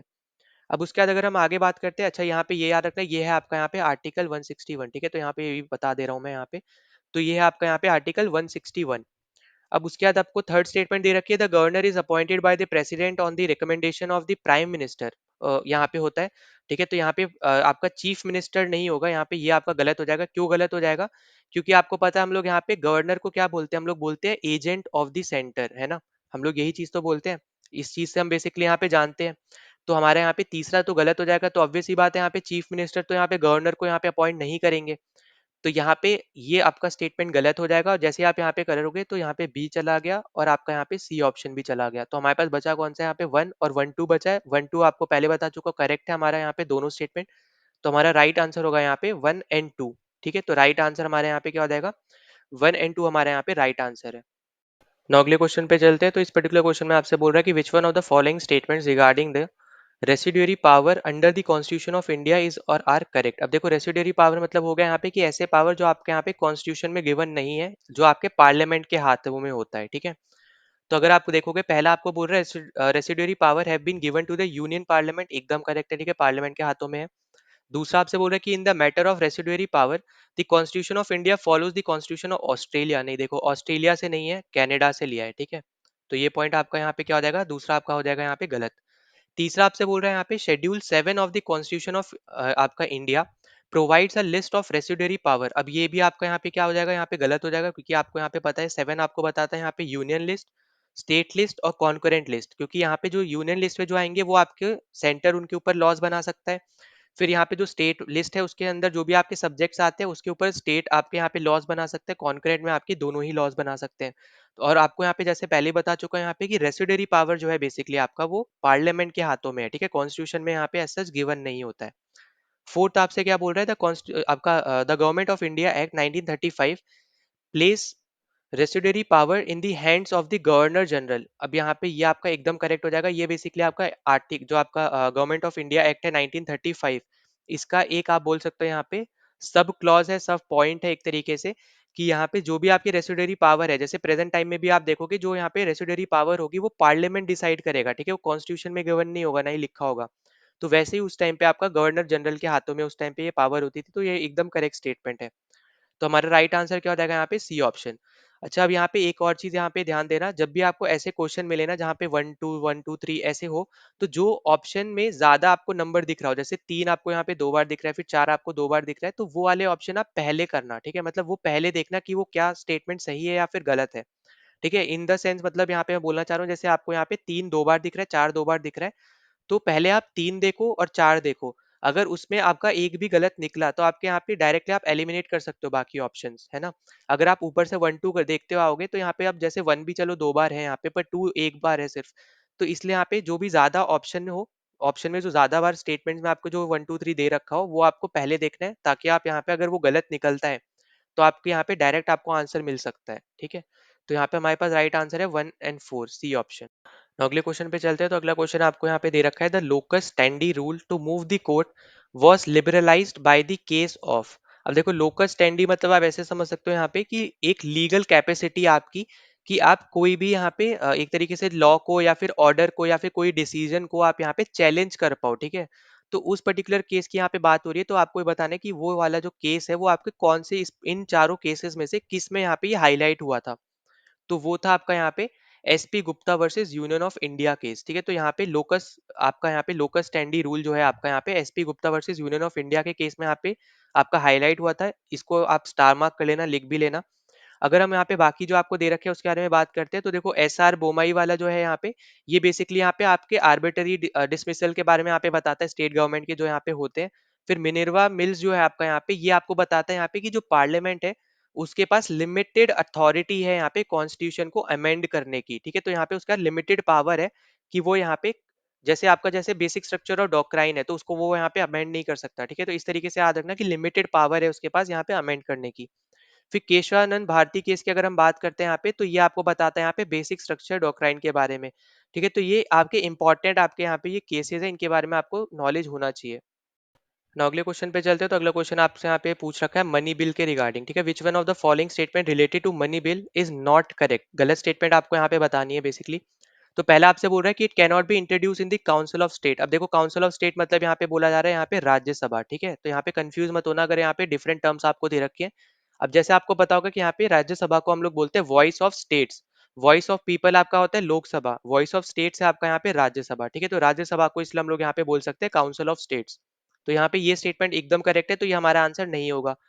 दूसरा आपसे बोल रहा है कि if any question arises whether the bill is money bill or not, the decision of the speaker is final. तो एकदम करेक्ट है यहाँ पे। और एक चीज और याद रखना कि आर्टिकल 110 आपको बताता है मनी बिल के बारे में। ठीक है, और यहाँ पे जो स्पीकर है बेसिकली इसका यहाँ पे फाइनल डिसीजन होता है कि आपका यहाँ पे जो बिल है ये मनी बिल है या फिर नहीं है, ये डिसाइड कौन करेगा, यहाँ पे स्पीकर करेगा। और मनी बिल आप तभी इंट्रोड्यूस कर सकते हो जब आपके पास यहाँ पे प्रेसिडेंट का रिकमेंडेशन हो, ठीक है। तो यहाँ पे प्रेसिडेंट के रिकमेंडेशन के बिना आप मनी बिल इंट्रोड्यूस नहीं कर सकते हो।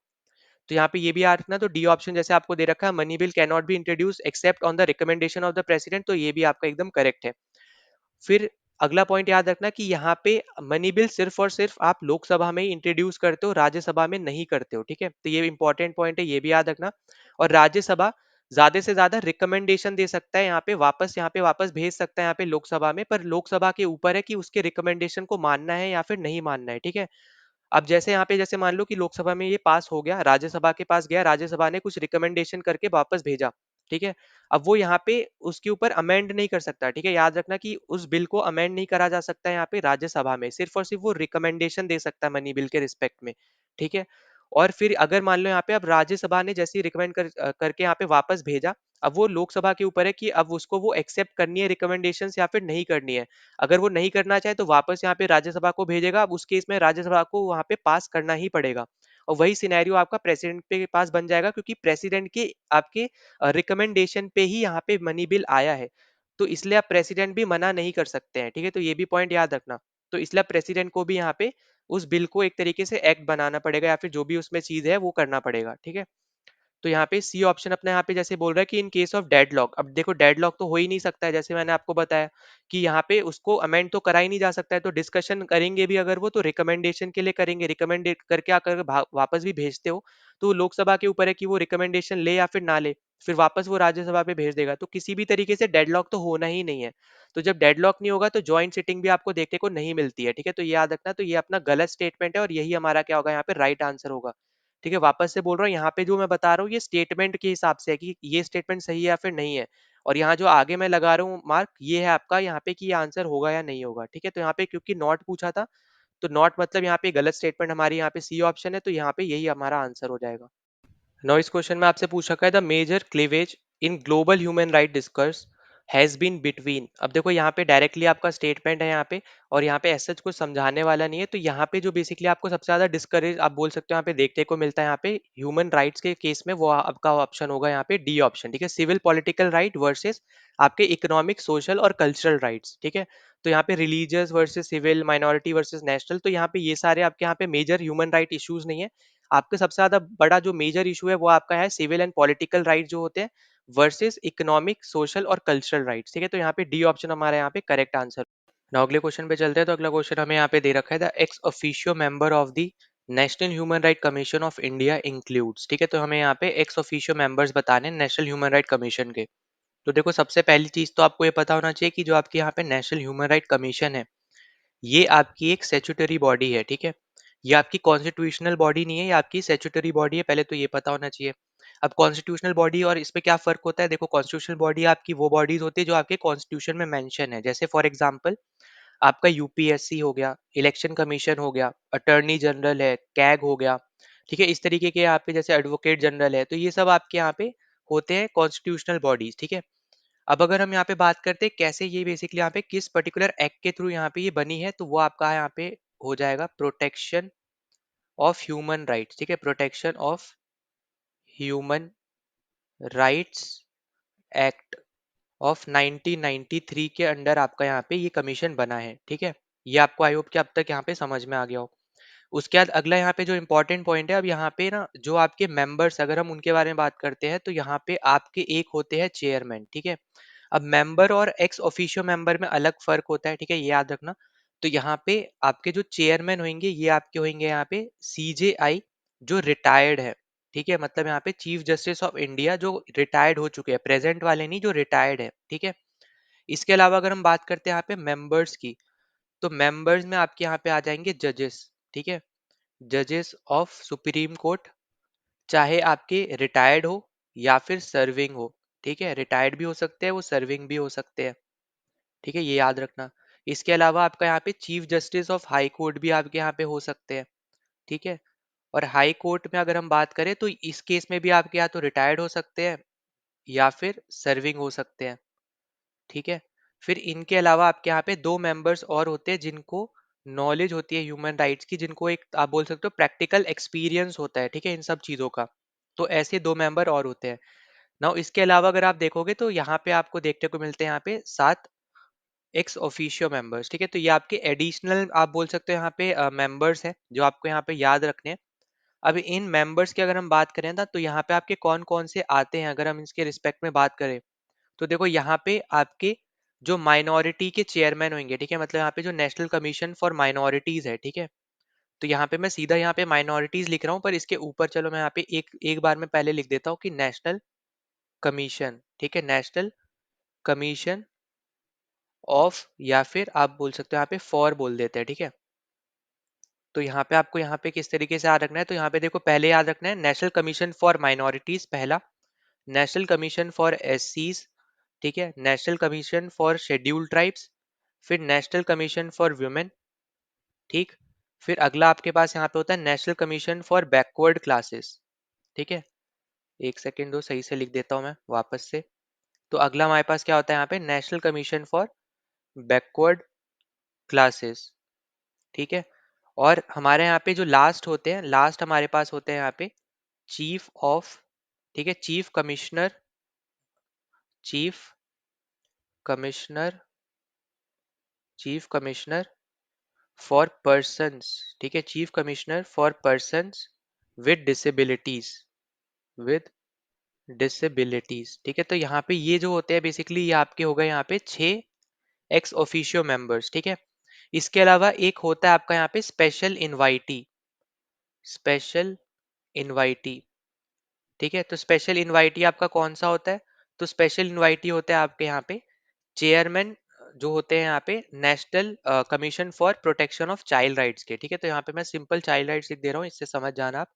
तो जो भी यहाँ पे national protection of child rights के यहाँ पे आपके यहाँ पे चेयरमैन होंगे, वो आपके होते हैं यहाँ पे स्पेशल इनवाइटी, ठीक है। तो वो एक्स ऑफिशियो नहीं होते हैं, ठीक है। तो ये पॉइंट आपको यहाँ पे याद रखना है। अब अगर हम यहाँ पे अपने ऑप्शंस को देखते हैं, तो पहला आपसे देखो क्या दे रहा है यहाँ पे कि chairman of national commission for minorities, ठीक है, माइनॉरिटीज है, शेड्यूल कास्ट है, शेड्यूल ट्राइब्स और वुमेन्स है। तो हमें यहाँ पे देखो चारों चीजें दिख रही है। तो अभी तक हमें यहाँ पे पहला तो एकदम करेक्ट आपको यहाँ पे नजर आ ही रहा है। दूसरा आपसे बोल रहा है यहाँ पे कि माइनॉरिटीज है, शेड्यूल कास्ट है, शेड्यूल ट्राइब्स है, ये अभी तक सही था, पर इन्होंने आखिरी में लगा दिया ओनली। अब ये गलत हो गया, क्योंकि मैंने बाकी भी आपको बताया, बैकवर्ड क्लासेस है, फिर आपका यहाँ पे वुमेन भी होता है, तो आपका बी गलत हो जाएगा। सी आपसे बोल रहा है यहाँ पे कि शेड्यूल कास्ट है, शेड्यूल ट्राइब और वुमेन है। अब आपका यहाँ पे माइनॉरिटीज और बैकवर्ड क्लासेस का नहीं है उन्होंने, क्योंकि ओनली लगा दिया, तो इसलिए आपका यहाँ पे सी भी गलत हो जाएगा। फिर डी देखो आपसे क्या बोल रहा है कि chairperson of national commission for minorities, schedule caste, schedule tribe, और फिर आपसे बोल दिया national commission for protection of child right. अब ये तो आपका स्पेशल इनवाइटी होते हैं, ये एक्स ऑफिशियो नहीं होते, ठीक है। ये आपके क्या होते हैं यहाँ पे, एक स्पेशल इनवाइटी होते हैं, ये एक्स ऑफिशियो मेंबर नहीं है। तो आपका यहाँ पे डी भी गलत हो जाएगा। यही मैंने आपको यहाँ पे बताया था, जो बेसिकली मैं आपको चाइल्ड राइट बता रहा था, तो वो यही था कि national commission for protection of child rights के जो चेयरमैन होंगे वो आपके स्पेशल इनवाइटी होते हैं, ठीक है। ये है आपका यहाँ पे मेंबर्स तक, और यहाँ से ये 6 है आपके यहाँ पे जो एक्स ऑफिशियो मेंबर्स होते हैं वो, और +1 होता है आपके पास यहाँ पे एक इनवाइटी, स्पेशल इनवाइटी, ठीक है। तो हमारा राइट आंसर कौन सा बचा हमारे पास, ए ऑप्शन। ना अगले क्वेश्चन पे चलते हैं। तो अगला क्वेश्चन आपसे यहाँ पे बोल रहा है, which one of the following statement about presidential system is or are correct, ठीक है। प्रेसिडेंशियल सिस्टम के अकॉर्डिंग आपकी यहाँ पे क्या स्टेटमेंट करेक्ट है। अब यहाँ पे जैसे आप एग्जांपल ले सकते हो यहाँ पे यूएस का, ठीक है। तो यूएसए में अगर आप देखोगे तो जो प्रेसिडेंट होता है वो बेसिकली आपका हेड ऑफ गवर्नमेंट भी होता है और हेड ऑफ स्टेट भी होता है। तो हमारा पहला तो एकदम करेक्ट ऑप्शन है। दूसरा आपसे बोल रहे थे executive can veto legislative act. अब एग्जीक्यूटिव मतलब हो गया यहाँ पे प्रेसिडेंट। प्रेसिडेंट आपका यहाँ पे वीटो लगा सकता है जो भी आप यहाँ पे एक्ट लेकर आ रहे हो उस पे, ठीक है। तो ये आपका यूएसए में भी है और अगर आप देखो इंडिया में भी है, ठीक है। तो यहाँ पे दूसरा स्टेटमेंट भी आपका एकदम करेक्ट है। यहाँ पे जो यूएस में जो प्रेसिडेंट है उसके पास भी वीटो पावर्स है, तो वो भी आपका यहाँ पे एक्ट वगैरह यहाँ पे उस पे वीटो कर सकता है। तो दोनों स्टेटमेंट जो है आपकी यहाँ पे प्रेसिडेंशियल सिस्टम के अकॉर्डिंग आपके यहाँ पे दोनों स्टेटमेंट करेक्ट है। तो राइट आंसर हमारा हो जाएगा यहाँ पे सी ऑप्शन, बोथ 1 एंड 2। ना अगले क्वेश्चन पे चलते हैं। तो अगला क्वेश्चन हमें यहाँ पे दे रखा है, consider the following statement about constitutional government. अब देखो जो कॉन्स्टिट्यूशनल गवर्नमेंट होती है वो एकदम आपके यहाँ पे लिमिटेड गवर्नमेंट होती है, एकदम आपका यहाँ पे करेक्ट स्टेटमेंट है, क्योंकि यहाँ पे कुछ लिमिटेशंस आपके यहाँ पे कॉन्स्टिट्यूशन डिसाइड करता है, या फिर आप बोलो यहाँ पे आपके यहाँ पे जैसे सुप्रीम कोर्ट है वो भी आपका यहाँ पे एक लिमिट लगा के रखता है क्योंकि यहाँ पे बैलेंस ऑफ चेक्स आप बोल सकते हो यहाँ पे होता है, जो हमारे यहाँ पे तीन आप अलग अलग जो हमारी फोर्स है, जैसे लेजिस्लेचर है, एग्जीक्यूटिव है और हमारी यहाँ पे जुडिशरी है, ठीक है। तो इसलिए हमारे यहाँ पे जो गवर्नमेंट है वो एक तरीके से लिमिटेड गवर्नमेंट होती है।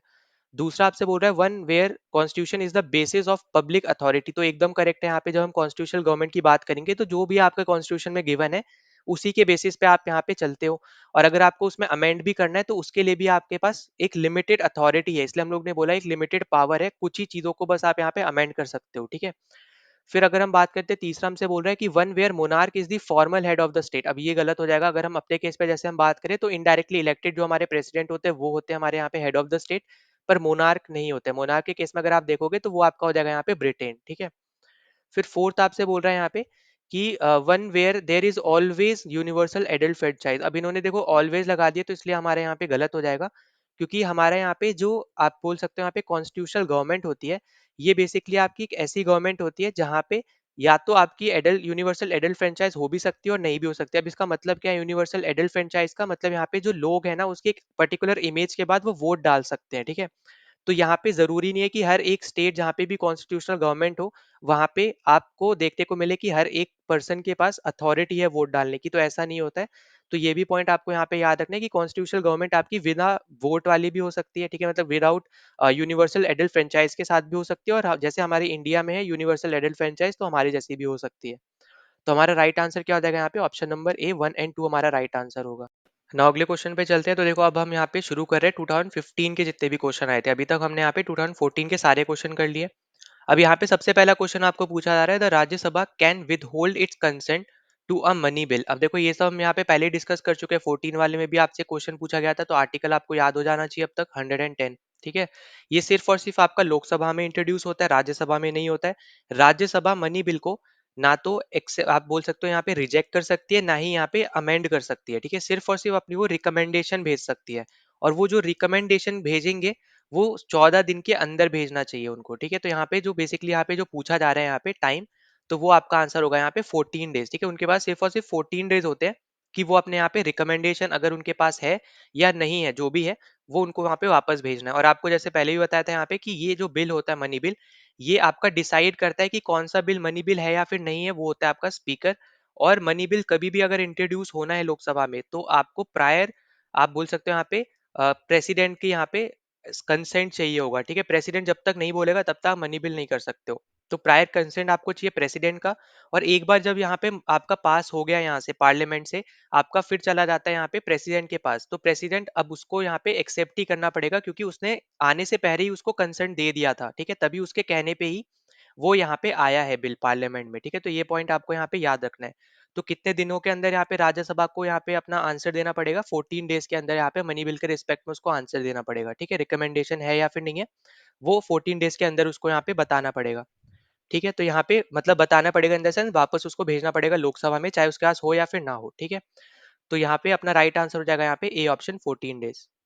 नाउ अगले क्वेश्चन में आपसे यहाँ पे पूछ रखा है demand polity and command polity, जो ये टर्म्स है बेसिकली यहाँ पे किसने दिए हैं, तो हमारा राइट आंसर होगा यहाँ पे C option, Lloyd von Rudolph और सुजेन एच रुडोल्फ में यहाँ पे इन दोनों ने बेसिकली ये दोनों टर्म्स दिए हैं। अब देखो डिमांड पॉलिटी का मतलब यहाँ पे क्या होता है कि जब गवर्नमेंट लोगों के रिस्पेक्ट में, ठीक है, लोगों के यहाँ पे फायदे में छोटे टाइम पीरियड के लिए यहाँ पे कोई डिसीजन ले, तो हम उसको बोलते हैं डिमांड, आपकी डिमांड पॉलिटी, ठीक है। मतलब उस टाइम पे उसकी डिमांड थी तो उसके केस में यहाँ पे गवर्नमेंट ने डिसीजन ले लिया छोटे टाइम पीरियड के लिए ताकि बेनिफिट हो जाए यहाँ पे लोगों का, तो उसको हम बोलेंगे यहाँ पे डिमांड पॉलिटी। अगर वहीं पे हम बात करते हैं कमांड पॉलिटी, तो यहाँ पे कमांड पॉलिटी होता है जब यहाँ पे गवर्नमेंट लोगों के बेनिफिट के लिए लंबे समय के लिए बेसिकली यहाँ पे कोई भी अपना यहाँ पे डिसीजन लेती है, ठीक है। तो यहाँ पे याद रखना ये है आपका छोटे टाइम पीरियड के लिए, दूसरा वाला आपका है यहाँ पे लंबे टाइम पीरियड के लिए, ठीक है। तो दोनों चीजें आपको यहाँ पे याद रखनी है, सिंपल टर्म्स है, ऐसा कोई डिफिकल्ट नहीं है, बस यहाँ पे ये भी याद रख लेना कि किसने यहाँ पे ये टर्म्स दी है, ठीक है। और इसके अलावा एक और चीज याद रखना कि इन लोगों की ना एक बुक भी है जिसका नाम क्या है यहाँ पे, इन परस्यूट ऑफ लक्ष्मी, ठीक है। इन परस्यूट ऑफ लक्ष्मी, इनकी यहाँ पे एक बुक का नाम भी है, ठीक है। अगर हम यहाँ पे जैसे पूरा मैं चलो यहाँ पे लिख दे रहा हूँ तो कोलन लगा के यहाँ पे कंप्लीट टाइटल है बेसिकली इनका, द पॉलिटिकल इकोनॉमी, ठीक है, the political economy of the Indian state, of the Indian state. तो यहाँ पे ये है इनकी बुक, ठीक है, ये बुक भी आपको यहाँ पे याद रख लेना, एक्स्ट्रा आपके लिए एक फैक्ट है, ठीक है। In pursuit of Lakshmi, the political economy of the Indian state, ठीक है। तो यहाँ पे लक्ष्मी है, ठीक है, बस यहाँ पे, ठीक है। तो यहाँ पे अपना राइट आंसर क्या हो जाएगा, यहाँ पे जो टर्म्स दिए हैं जिन्होंने, तो Lloyd von Rudolph and Susanne H Rudolph, C option हमारे यहाँ पे राइट आंसर है। नाउ अगले क्वेश्चन पे चलते हैं। तो अगला क्वेश्चन हमें यहाँ पे दे रखा है, according to Granville Austin, which was of the following was or were the most significant contribution of India to constitution making, ठीक है। तो इनके अकॉर्डिंग यहाँ पे मतलब आपसे पूछा जा रहा है कि इनके अकॉर्डिंग यहाँ पे सबसे ज्यादा सिग्निफिकेंट कंट्रीब्यूशन यहाँ पे क्या है इंडियन कॉन्स्टिट्यूशन का, अगर हम बात करते हैं स्पेसिफिकली कॉन्स्टिट्यूशन मेकिंग के रिस्पेक्ट में, ठीक है। तो हमारे यहाँ पे राइट आंसर होगा यहाँ पे option number B, consensus and accommodation. अब देखो इस पर्टिकुलर स्टेटमेंट से इनका कहने का मतलब क्या था। तो अगर हम यहाँ पे जैसे बात करते हैं कंसेंसस की, तो कंसेंसस मतलब होता है एग्रीमेंट, ठीक है। तो यहाँ पे इन्होंने ये बोला था कि इंस्टेड ऑफ मेजोरिटी रूल, मतलब यहाँ पे कि मेजोरिटी रूल्स मतलब हो गया, जैसे मान लो यहाँ पे कोई 11 लोग हैं, ठीक है, 11 लोगों में से 6 लोगों ने बोला एक पर्टिकुलर डिसीजन के ऊपर कि हमें ये करना चाहिए, ठीक है, 5 लोग अभी भी यहाँ पे मना कर रहे हैं। तो ऐसा ना करके उल्टा यहाँ पे एक ऐसा एग्रीमेंट यहाँ पे बेसिकली यहाँ पे बनाया गया कि यहाँ पे 11 के 11 लोग यहाँ पे खुश रहे, ठीक है, एटलीस्ट यहाँ पे उनमें कोई कमी ना रहे, ठीक है, उस पर्टिकुलर एग्रीमेंट में कोई कमी ना रहे, और उन 11 लोगों के लिए अगर हम रिस्पेक्ट में बात कर रहे हैं 11 लोगों की, तो वैसे ही यहाँ पे इंडिया के रिस्पेक्ट में यहाँ पे जो इंडिया का कॉन्स्टिट्यूशन है, तो वो एक एग्रीमेंट का बेस है, ठीक है, ना कि मेजोरिटी रूल का, कि मेजोरिटी ने जो कहा वैसा कॉन्स्टिट्यूशन नहीं बना है, एग्रीमेंट पे बना है, ठीक है। मतलब यहाँ पे ज्यादा से ज्यादा लोगों ने, आप बोल सकते हो यहाँ पे हर एक लोग ने यहाँ पे एग्रीमेंट दिया है कि हाँ ये स्टेटमेंट, जैसे मान लो कोई एक रिस्पेक्ट में अगर हम बात करें किसी भी टॉपिक के, तो उन्होंने ये बोला कि हाँ चलो इस रिस्पेक्ट में यहाँ पे ये स्टेटमेंट सही है, या फिर जो दूसरे भी है उन्होंने भी यहाँ पे एग्री किया, इस तरीके से आप यहाँ पे समझ सकते हो। फिर जो आपका यहाँ पे अकोमोडेशन है, अकोमोडेशन मतलब जैसे आपका हो गया, जैसे नॉर्मल तो हमें पता है, जैसे मान लो अगर आप होटल में जाते हो, तो होटल में अगर आप ले रहे हो, रूम ले रहे हो, तो वो आपका एक तरीके का अकोमोडेशन होता है ना।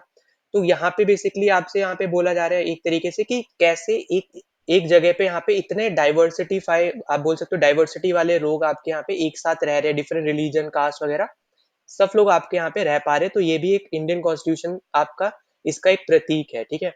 तो यहाँ पे इसलिए आपका यहाँ पे बी ऑप्शन करेक्ट हो जाएगा। अब देखो इसके अलावा आपको जो पता होना चाहिए कि ग्रेनविल ऑस्टिन को पद्मश्री भी मिल रखा है यहाँ पे 2011 में, ये भी आपको पता होना चाहिए।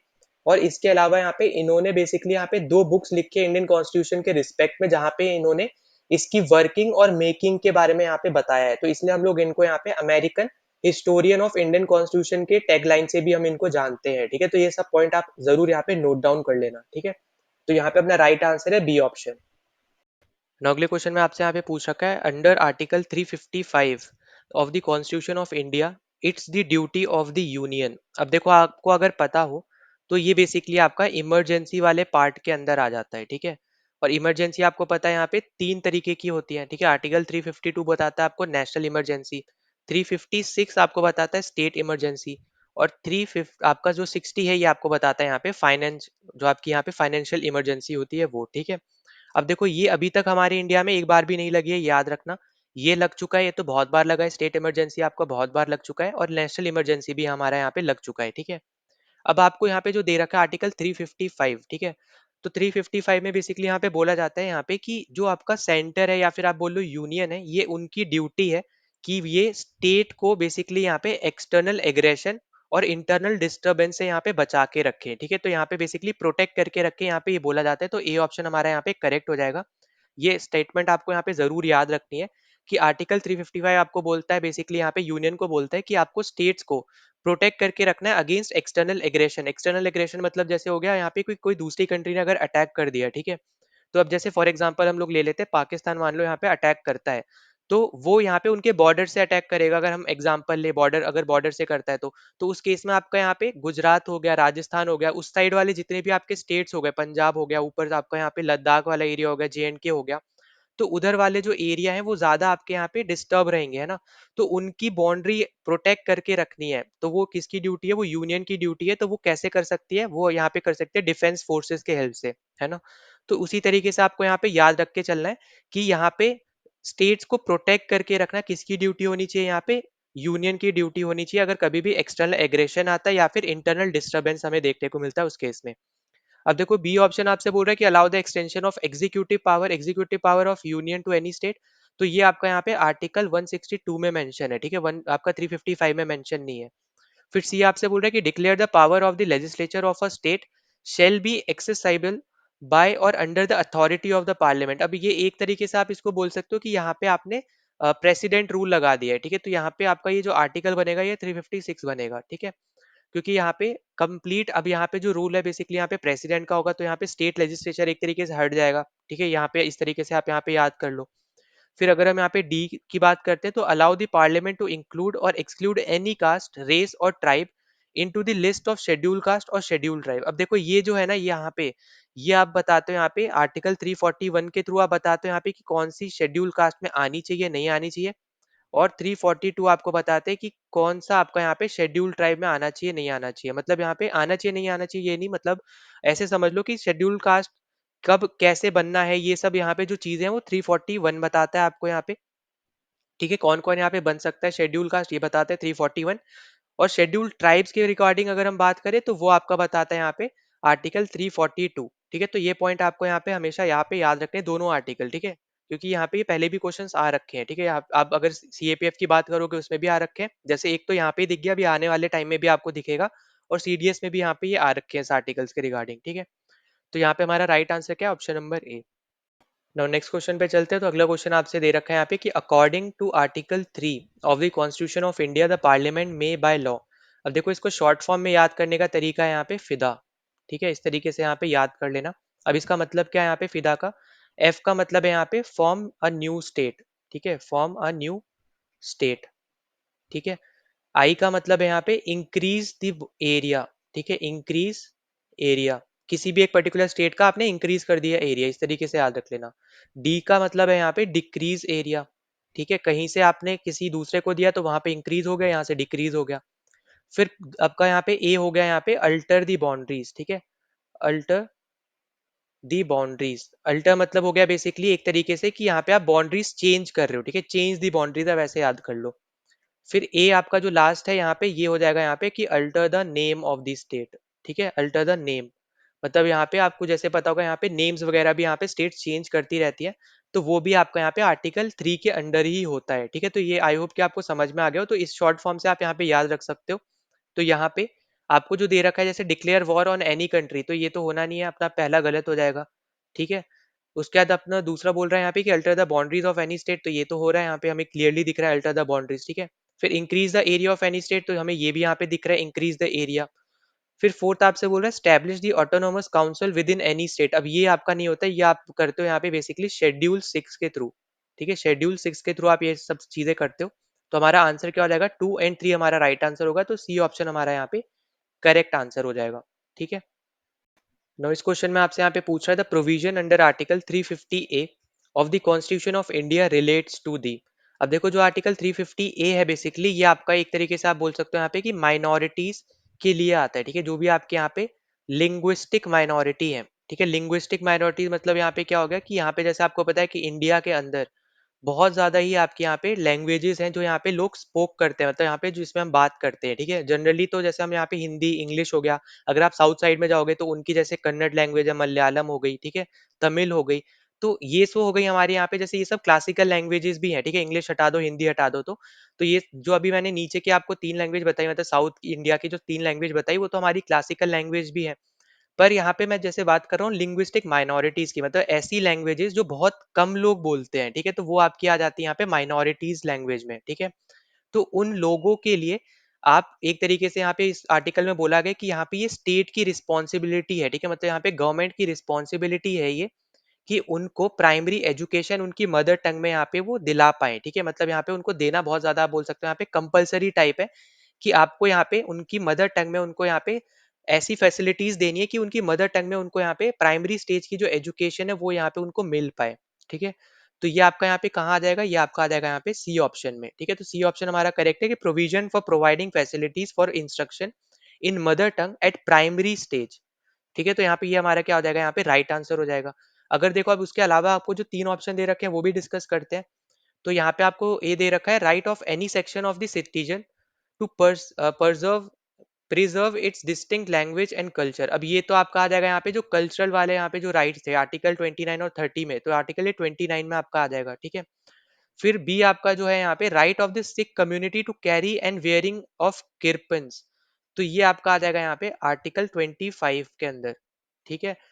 और उसका डी ऑप्शन आपको जैसे दिया जा रहा है यहाँ पे कि freedom of minority manage educational institution from discrimination in the matter of receiving aid from the state, अब ये आपका आता है यहाँ पे आर्टिकल 30 के अंदर। तो जितने भी आपको यहाँ पे बेसिकली दे रखे थे ना, वो किसी ना किसी तरीके से रिलीजियस वे में आपको दे रखे थे, ठीक है। तो यहाँ पे आप इस तरीके से भी आप यहाँ पे याद रख सकते हो, ठीक है। बाकी तो आपका 29-30 आपका कल्चरल रिस्पेक्टिव से भी अगर हम देखें तो उससे भी आपका यहाँ पे आ जाता है। तो यहाँ पे अपना राइट आंसर क्या है, यहाँ पे सी ऑप्शन अपना राइट आंसर हो जाएगा। यहाँ पे बेसिकली यहाँ पे लिंग्विस्टिक माइनॉरिटीज के रिस्पेक्ट में बात हो रही थी यहाँ पे आर्टिकल 350 ए में, ठीक है। तो यहाँ पे राइट आंसर है सी ऑप्शन। नाउ अगले क्वेश्चन पे चलते हैं। तो यहाँ पे आपसे पूछा जा रहा है कि which one of the following reasons were cited by the Ashok Mehta committee for the decline of panchayati raj institution in India. अब जब देखो यहाँ पे आपको एक तो यहाँ पे स्टैटिक जीके बेसिकली आपको यहाँ पे मिल गया। अगर आपसे पूछा जाता है कभी भी यहाँ पे कि पंचायती राज से रिलेटेड कौन सी आपकी कमेटी है, तो यहाँ पे एक तो ये कमेटी हो गई, और भी आपकी कमेटीज हैं। तो जैसे जैसे वो आती रहेंगी हम डिस्कस करते रहेंगे। जैसे आपकी बलवंत राय मेहता कमेटी हो गई, ठीक है। फिर उसके अलावा भी आपकी और कमिटीज है जो जैसे आती रहेंगी, हम वैसे वैसे डिस्कस करते रहेंगे। पर यहाँ पे जो आपको बेसिकली बोला जा रहा है, हम वो आपसे हम लोग यहाँ पे बात कर लेते हैं। तो देखो यहाँ पे जो आपकी अशोक मेहता कमेटी है, बेसिकली आपकी जैसे बोला जा रहा है यहाँ पे पंचायती राज इंस्टीट्यूशन के रिगार्डिंग आपको बताना था यहाँ पे कि डिक्लाइन क्या हुआ है, ठीक है। तो क्यों मतलब यहाँ पे डिक्लाइन हमें देखने को मिला है, इनके रिगार्डिंग यहाँ पे क्या इसके इफेक्ट्स थे, ठीक है, किसकी वजह से आपको यहाँ पे डिक्लाइन देखने को मिला था। इन्होंने यहाँ पे क्या बताया था, तो पहला तो इन्होंने बताया यहाँ पे कि रोल ऑफ ब्यूरोक्रेसी। मतलब यहाँ पे कहने का क्या है कि यहाँ पे जो ऑफिसर्स थे, ठीक है, उनको यहाँ पे लगने लग गया था एक तरीके से कि वो लोग स्टेट के लिए, एक तरीके से स्टेट गवर्नमेंट के लिए यहाँ पे काम कर रहे हैं, रेदर देन यहाँ पे यूनियन गवर्नमेंट या फिर जो यूनियन की यहाँ पे स्कीम्स वगैरह है उसके रिगार्डिंग, ताकि यहाँ पे पंचायती राज इंस्टीट्यूशन आप बोल सकते हो यहाँ पे उसका डिक्लाइन ना देखने को मिले, ठीक है। फिर इसके अलावा अगर हम बात करते हैं यहाँ पे, तो उनके सुपरविजन में भी यहाँ पे थोड़ी कमी देखने को मिली थी इनके अकॉर्डिंग। फिर यहाँ पे लैक ऑफ पॉलिटिकल विल यहाँ पे देखने को मिला था। मतलब यहाँ पे फाइनेंशियल, अगर हम बात करें फाइनेंशियल आपके रिसोर्सेज कम दिए गए। इसके अलावा आपका यहाँ पे इंटरेस्ट नहीं दिखाता इतना ज्यादा, नॉन परफॉर्मेंस चीजें हमें यहाँ पे देखने को मिली थी, ठीक है। फिर उसके साथ साथ यहाँ पे तीसरा था यहाँ पे कि क्लैरिटी नहीं थी कि करना क्या है, ठीक है। तो ये भी आपका एक रीजन था। और अगला यहाँ पे जो दे रखा है जेंडर पैरिटी, तो ये आपका यहाँ पे रीजन नहीं था, ठीक है। तो यहाँ पे 1 2 3 आपके यहाँ पे रीजन थे, तो सी ऑप्शन हमारा यहाँ पे राइट आंसर हो जाएगा। तो देखो ऐसे टाइप के क्वेश्चन बहुत ज्यादा रेयर आपके आते हैं, पर एटलीस्ट आपको कमिटीज पता होनी चाहिए कि कौन सी कमिटी किस पर्टिकुलर टॉपिक से रिलेटेड है, एक तो ये। दूसरा यहाँ पे कि कौन सा केस किस पर्टिकुलर चीज से रिलेटेड है, जैसे आपका केशवानंद भारती केस है, ठीक है। फिर आपका मिनर्वा मिल केस है जो अभी हम यहाँ पे पहले भी डिस्कस करते हुए आ रहे हैं। इसके अलावा भी आपके यहाँ पे और भी बहुत ज्यादा केसेस है, तो वो आते रहेंगे, अभी हम वहाँ पे डिस्कस करते रहेंगे, ठीक है। क्योंकि ऐसे क्वेश्चन आपसे एक ना एक तो पूछा ही जाता है एग्जाम में। तो अभी भी आने के चांस अभी भी आपके यहाँ पे एग्जाम में है, ठीक है। तो ये सब आपको यहाँ पे करके जरूर जाना है। तो यहाँ पे राइट आंसर है ऑप्शन नंबर सी। नाउ इस क्वेश्चन में आपसे पूछा जा रहा है कि which one of the following is the principal place of sitting of national green tribunal, ठीक है। तो नेशनल ग्रीन ट्रिब्यूनल का यहाँ पे प्रिंसिपल प्लेस का है जहाँ पे बेसिकली उसकी मीटिंग्स वगैरह यहाँ पे आप बोल सकते हो होती हैं, तो वो है आपका यहाँ पे न्यू दिल्ली, ठीक है। तो डी ऑप्शन अपना करेक्ट हो जाएगा। और ये आपका बना था यहाँ पे 2010 में। और इसका यहाँ पे काम क्या है, यहाँ पे आपको ये भी पता होना चाहिए। तो यहाँ पे इसका काम है बेसिकली यहाँ पे कि जो भी आपके इन्वायरमेंट से रिलेटेड डिस्प्यूट्स हैं, ठीक है, वो यहाँ पे ये सॉल्व करता है, ठीक है। और अगला पॉइंट हमेशा यहाँ पे याद रख लेना कि इसके कुछ सर्किट ब्रांच भी हैं, ठीक है। सर्किट आपके ब्रांच भी हैं इसके। तो वो कहाँ कहाँ है वो हम लोग यहाँ पे देख लेते हैं।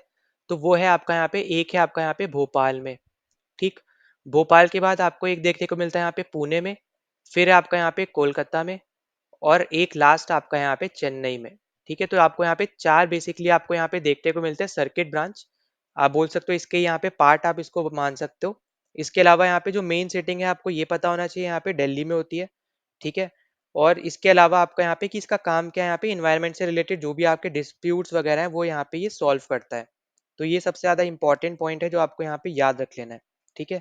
और इसका यहाँ पे अगर हम बात करें कि चेयरमैन कैसे इलेक्ट होते हैं, तो चेयरमैन आपका यहाँ पे अपॉइंट करती है सेंट्रल गवर्नमेंट कंसल्ट करके सीजेआई को, ठीक है। मतलब जो भी यहाँ पे चीफ जस्टिस ऑफ इंडिया है उनके साथ सेंट्रल गवर्नमेंट कंसल्ट करती है। और फिर यहाँ पे इनके चेयरमैन को यहाँ पे पोस्ट करती है। मतलब यहाँ पे कोई भी यहाँ पे अगर सिलेक्ट करना है, इलेक्ट करना है, तो ऐसे आप यहाँ पे इलेक्ट करते हो। ये पर्टिकुलर प्रोसेस होता है कि सेंट्रल गवर्नमेंट प्लस सीजेआई यहाँ पे दोनों कंसल्ट करते हैं, ठीक है। तो यहाँ पे राइट आंसर हो जाएगा यहाँ पे कि अपना वो है डी ऑप्शन। अगले क्वेश्चन पे चलते हैं। तो देखो अगला आपका यहाँ पे डायरेक्ट स्टैटिक जीके वाला क्वेश्चन है। तो यहाँ पे आपसे पूछा है the Punchhi commission report was related to. अब देखो यहाँ पे वही सेम चीज जैसे अभी मैंने आपको थोड़ी देर पहले बोला था कि कमीशन से रिलेटेड आपको क्वेश्चन आते हैं और जनरली ऐसी टाइप के क्वेश्चन आते हैं कि वो किस चीज से रिलेटेड थी। तो यहाँ पे जो आपसे पूछा जा रहा है पुंची कमीशन, ये आपका रिलेट था यहाँ पे सेंटर स्टेट के रिलेशन से, ठीक है। तो यहाँ पे बेसिकली क्या रिस्पॉन्सिबिलिटीज होनी चाहिए यहाँ पे सेंटर की, क्या स्टेट की होनी चाहिए, एक पर्टिकुलर रिलेशन मतलब यहाँ पे मेंटेन कैसे रहेगा, आप कोई डिस्प्यूट वगैरह है यहाँ पे, तो उस पर्टिकुलर केस में यहाँ पे बेसिकली सेंटर स्टेट के रिलेशन से रिलेटेड यहाँ पे कंप्लीट रिपोर्ट जो है यहाँ पे वो पुंची कमीशन ने यहाँ पे आपको दी थी, ठीक है। तो ये पॉइंट आपको यहाँ पे याद रखना है। और ये रिपोर्ट यहाँ पे इन्होंने दी थी 2010 में, ठीक है। तो बस इतना पॉइंट आप यहाँ पे याद रख लो। बाकी आपको इतनी चीज याद रह जाएगी कि सेंटर स्टेट रिलेशन में यहाँ पे क्या क्या चीजें आती हैं, ठीक है।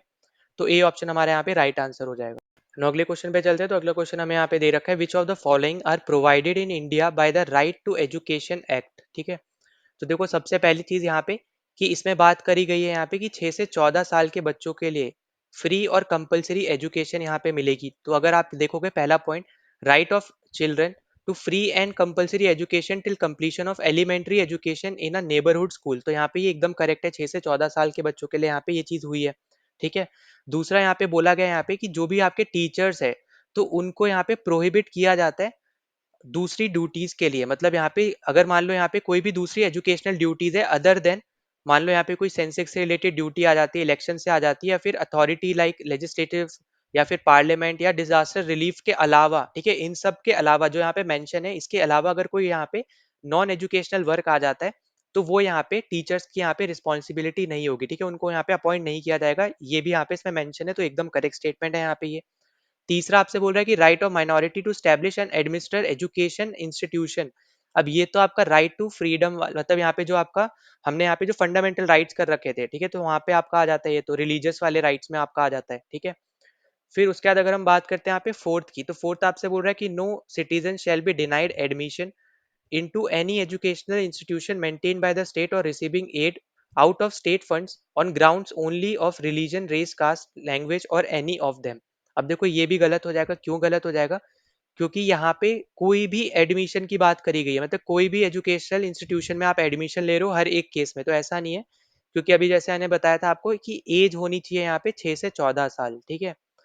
तो यहाँ पे 6 से 14 साल के लिए ही बस ये एक्ट आपका एप्लीकेबल है, ठीक है। तो ये पॉइंट आपको यहाँ पे याद रखना है। तो कंप्लीट आपका जो एजुकेशन सिस्टम है उसके लिए नहीं है यहाँ पे, ये सिर्फ और सिर्फ 6 से 14 साल बच्चों के लिए है यहाँ पे, ठीक है। तो ये पॉइंट याद रखना है, इसलिए हमारे यहाँ पे फोर्थ भी गलत हो जाएगा। क्योंकि यहाँ पे आप कॉलेज वगैरह भी आप यहाँ पे ऐड कर सकते हो, क्योंकि स्टेट कॉलेजेस वगैरह भी होते हैं, ठीक है।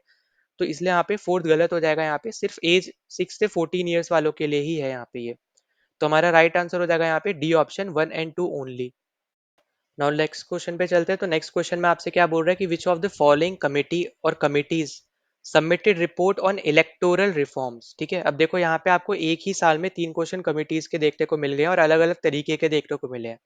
तो यहाँ पे आपसे जो पूछा जा रहा है इलेक्टोरल रिफॉर्म्स के बारे में, तो इस पर्टिकुलर केस की अगर हम बात करें तो यहाँ पे जैसे आपको पहली कमेटी दे रखी है दिनेश गोस्वामी कमेटी, ठीक है। पहले तो आप सारे नाम अगर आप ध्यान से पढ़ो तो आपको एक दिखेगा यहाँ पे बलवंत राय मेहता कमेटी, तो यहाँ पे ये तो ऑप्शन होना ही नहीं है क्योंकि यहाँ पे ये तो पंचायती राज से रिलेटेड है। तो जैसे ही आप फोर्थ क्रॉस करोगे वैसे ही आपका ए, बी और डी, ठीक है, डायरेक्ट आप यहाँ पे आपको आंसर मिल जाएगा 1 2 3। आप सीधे देख सकते हो यहाँ पे कितना इजीली आप यहाँ पे एलिमिनेट कर सकते हो अगर आपको एक आंसर पता है। बेसिकली अगर एक के बारे में अगर आपको बस पता होता है यहाँ पे फोर्थ वाले को, ठीक है। तो जैसे अभी मैंने थोड़ी देर पहले बताया था यहाँ पे कि बलवंत राय मेहता कमेटी बेसिकली आपकी एक पंचायती राज से रिलेटेड आपकी कमेटी है।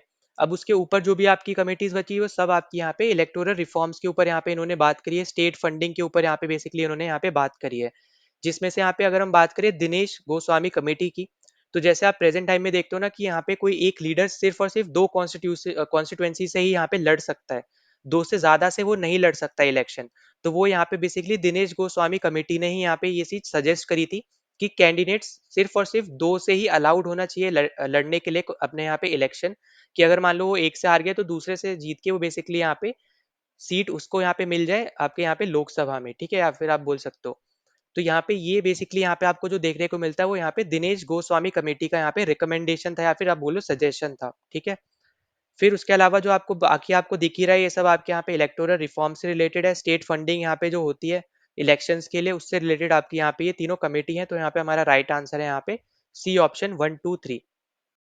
ना अगले क्वेश्चन पे चलते हैं। तो अगला क्वेश्चन आपसे बोल रहा है the second administrative reforms commission has produce reports on. ठीक है, तो यहाँ पे बेसिकली आपसे पूछा जा रहा है कि किस किस चीजों के ऊपर इन्होंने यहाँ पे रिपोर्ट्स पब्लिश करी है सेकंड एडमिनिस्ट्रेटिव रिफॉर्म्स कमीशन ने। तो यहाँ पे याद रखना कि ओवरऑल इन्होंने यहाँ पे 15 मैटर्स पे यहाँ पे बेसिकली यहाँ पे रिपोर्ट पब्लिश करी है, जिसपे से आपका एक एथिक्स इन गवर्नेंस भी है, लोकल गवर्नेंस भी है और कॉम्बैक्टिंग टेररिज्म भी है। ठीक है, फोर्थ ऑप्शन आपका यहाँ पे नहीं है। इसके अलावा भी आपके यहाँ पे जो बच गए, यहाँ पे आपके यहाँ पे 12 और भी हैं, जैसे for example right to information पे इन्होंने कर रखी है। ठीक है, फिर आपकी क्राइसिस मैनेजमेंट पे कर रखा है, सोशल कैपिटल पे कर रखा है। तो ऐसे ही करके आपके यहाँ पे टोटल 15 बेसिकली यहाँ पे ऐसी चीजें हैं जिसके ऊपर इन्होंने यहाँ पे रिपोर्ट पब्लिश करी है। और यहाँ पे अगर आप देखोगे फोर्थ अगर आप कैंसिल आउट करते तो ए और बी ऑप्शन आपका यहाँ पे डायरेक्टली कैंसिल आउट हो जाता। पर यहाँ पे आपको नॉलेज होनी चाहिए थी, क्योंकि यहाँ पे नीचे जो सी और डी ऑप्शन दे रखे हैं वो बेसिकली आपके नॉलेज टेस्ट करने के लिए ही दे रखे हैं। ठीक है, क्योंकि यहाँ पे इसके ऊपर आपको बेसिकली नॉलेज होनी चाहिए कि यहाँ पे कितनी चीजें, यहाँ पे कितनी चीजों के ऊपर ये रिपोर्ट यहाँ पे पब्लिश करते हैं, वो आपकी है यहाँ पे 15। ये आपको यहाँ पे जरूर यहाँ पे याद रख लेना है। और यहाँ पे अपना राइट आंसर हो जाएगा यहाँ पे ऑप्शन नंबर डी, 1, 2 एंड 3। ना अगले क्वेश्चन पे चलते हैं। तो यहाँ पे आपसे पूछा जा रहा है the 9th schedule of constitution of India added by. अब देखो इससे ज्यादा इजी क्वेश्चन आपके लिए यहाँ पे नहीं होगा, क्योंकि आपको जैसे देखने को मिला है कि अभी थोड़े बहुत क्वेश्चन आपके यहाँ पे डिफिकल्ट भी थे। ठीक है, तो यहाँ पे आपको ये भी समझना है कि डिफिकल्ट क्वेश्चन के साथ आपके यहाँ पे इजी क्वेश्चंस भी जरूर होते हैं, ताकि आप यहाँ पे मार्क्स स्कोर कर पाओ। और आपको उन्हीं इजी क्वेश्चंस को देखना है। ठीक है, वो आपको गलत करके नहीं आने हैं, जिसमें से आपका एक ये एग्जाम्पल है। अगर आप यही गलत कर दोगे तो आप बहुत बच्चों से पीछे हो जाओगे। ठीक है, तो यहाँ पे अपना राइट आंसर क्या हो जाएगा, यहाँ पे अपना राइट आंसर हो जाएगा यहाँ पे फर्स्ट अमेंडमेंट। ठीक है, तो यहाँ पे जो अपना सी ऑप्शन है यहाँ पे ये करेक्ट हो जाएगा। जैसा आपको पता है कि हमारे यहाँ पे शुरू में 8 शेड्यूल थे। ठीक है, तो हमारे यहाँ पे शुरू में 8 शेड्यूल थे। तो जो यहाँ पे अपना 9th शेड्यूल है, तो 9th शेड्यूल आया था हमारे यहाँ पे फर्स्ट अमेंडमेंट के थ्रू। 10th शेड्यूल हमारे यहाँ पे आया था 52nd अमेंडमेंट के थ्रू। और 11th शेड्यूल जो आपका यहाँ पे आया था, ये आपका आया था यहाँ पे 73rd अमेंडमेंट के थ्रू। और जो आपका यहाँ पे 12th शेड्यूल है, ये आपका आया था यहाँ पे 74th अमेंडमेंट के थ्रू। ठीक है, और फर्स्ट वाला बेसिकली आपको ये बताता है कि यहाँ पे जो सेंटर और स्टेट के लॉज हैं जिसके खिलाफ आप कोर्ट में चैलेंज नहीं कर सकते, वो सारे लॉज बताता है। 52 बेसिकली आपको बताता है यहाँ पे एंटी डिफेक्शन के लिए। ठीक है, मतलब यहाँ पे जो बार बार यहाँ पे जो मेंबर्स हैं यहाँ पे पार्लियामेंट के, जो पार्टी बदल लेते थे, उसके ऊपर बेसिकली यहाँ पे ये बात करता है। 11th आपका यहाँ पे पंचायत राज के ऊपर बात करता है। और 12th जो है आपका यहाँ पे म्यूनसिपैलिटीज के ऊपर बात करता है। ठीक है, तो ये चीज आपको यहाँ पे पता होना चाहिए। ये क्वेश्चन बहुत ज्यादा ईजी है, ऐसे क्वेश्चन आपको गलत नहीं करने हैं। ठीक है, तो यहाँ पे अच्छा ईयर भी अगर हम यहाँ पे मैं लिख देता हूँ, क्योंकि कभी कभी ईयर भी पूछ लेता है। तो ये है आपका यहाँ पे 1951 में आया था। ये वाला आपका यहाँ पे 1985 में आया है। और यहाँ पे ये जो आपको दोनों दे रखे हैं, ये आपके यहाँ पे 1992 और 1992। ठीक है, दोनों ही आपके यहाँ पे 1992 में ही आए हैं। तो यहाँ पे अपना राइट आंसर क्या हो जाएगा, यहाँ पे C option first amendment act. ना अगले क्वेश्चन पे चल रहे हैं। तो यहाँ पे अब इस पर्टिकुलर क्वेश्चन में आपको पूछा जा रहा है the national human right commission has. ठीक है, मतलब बेसिकली यहाँ पे उसके मेंबर से रिलेटेड बात की जा रही है। तो अभी हमने यहाँ पे थोड़ी देर पहले यहाँ पे क्वेश्चन सॉल्व किया था, वहाँ पे मैंने आपको सब कुछ बताया था।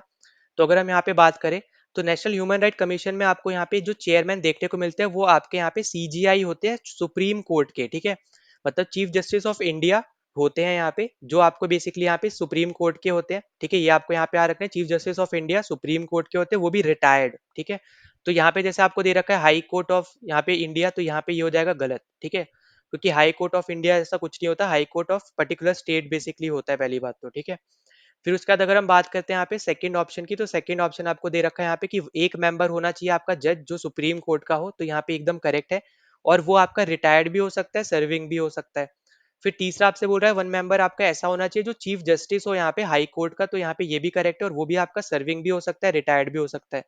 फोर्थ आपसे बोल रहा है यहाँ पे कि दो मेंबर आपके ऐसे होने चाहिए जो अपॉइंट हो रहे हैं, जिनके पास प्रैक्टिकल एक्सपीरियंस है यहाँ पे ह्यूमन राइट मैटर से रिलेटेड, तो यहाँ पे ये भी एकदम करेक्ट है। अभी मैंने आपको यहाँ पे ये चीजें बताई भी हैं। ठीक है, तो हमारा राइट आंसर क्या हो जाएगा, यहाँ पे 2, 3, 4 हमारा यहाँ पे राइट आंसर है, डी ऑप्शन हमारा यहाँ पे करेक्ट हो जाएगा।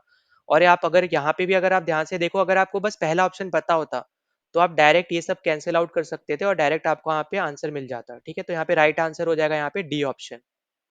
नाउ अगले क्वेश्चन में आपसे यहाँ पे पूछ रखा है the setting up of the inter state council in 1990 was meant to. अब देखो ये जो है बेसिकली यहाँ पे भी अगर आप देखोगे, तो यहाँ पे आपका सरकारिया एक कमीशन बना था। ठीक है, सरकारिया कमीशन जो आपका बना था, उसके रिकमेंड पे आप बोल सकते हो यहाँ पे ये चीजें भी आपको देखने को मिली है। अब उसके बाद अगर हम बात करते हैं यहाँ पे कि सेंटर आपका बेसिकली जो है इंटर स्टेट काउंसिल आपका क्यों बना था, तो ये आपका बना था यहाँ पे फेडरल जो आपके प्रोविजन होते हैं कॉन्स्टिट्यूशन के उसको स्ट्रेंथ देने के लिए, ठीक है, उसको यहाँ पे ज्यादा से ज्यादा यहाँ पे रिजिड करने के लिए। तो वो आपको बेसिकली जैसे आपका फेडरल प्रोविजन में आप बोल सकते हो यहाँ पे डुअल गवर्नमेंट हो सकती है, ठीक है, या फिर आप बोलो division of power. Dual government भी मतलब यहाँ पे एक तरीके से डिवीजन ऑफ पावर हो गया कि एक सेंटर में है एक स्टेट में है, इस तरीके से, या फिर दो स्टेट के बीच में बेसिकली आप बोल सकते हो। ठीक है, तो इस तरीके से आप समझ सकते हो यहाँ पे कि इंटर स्टेट मतलब हो गया यहाँ पे कि यहाँ पे जो आपकी गवर्नमेंट्स है, ठीक है, सेंटर में और स्टेट में, उनके बीच के बेसिकली यहाँ पे उसके रिगार्डिंग यहाँ पे बात हो रही है, डिवीजन ऑफ पावर के रिगार्डिंग बात हो रही है। और इंटर स्टेट काउंसिल के अगर हम बात करें चेयरमैन कौन होते हैं, ठीक है, तो यहाँ पे ये चीजें भी पहले पूछ रखी है, तो ये भी याद रखना कि चेयरमैन होते हैं आपके यहाँ पे प्राइम मिनिस्टर। ठीक है, इंपॉर्टेंट चीज है यहाँ पे हमेशा याद रखना। और इस पर्टिकुलर आपके यहाँ पे काउंसिल में चीफ मिनिस्टर भी आते हैं इस पर्टिकुलर काउंसिल में, ठीक है, हर एक स्टेट के। ये भी आपको पता होना चाहिए। यूनियन टेरिटरीज के आपके चीफ मिनिस्टर आते हैं जहां जहां पे आपके एप्लीकेबल हैं, जैसे दिल्ली हो गया वैसे।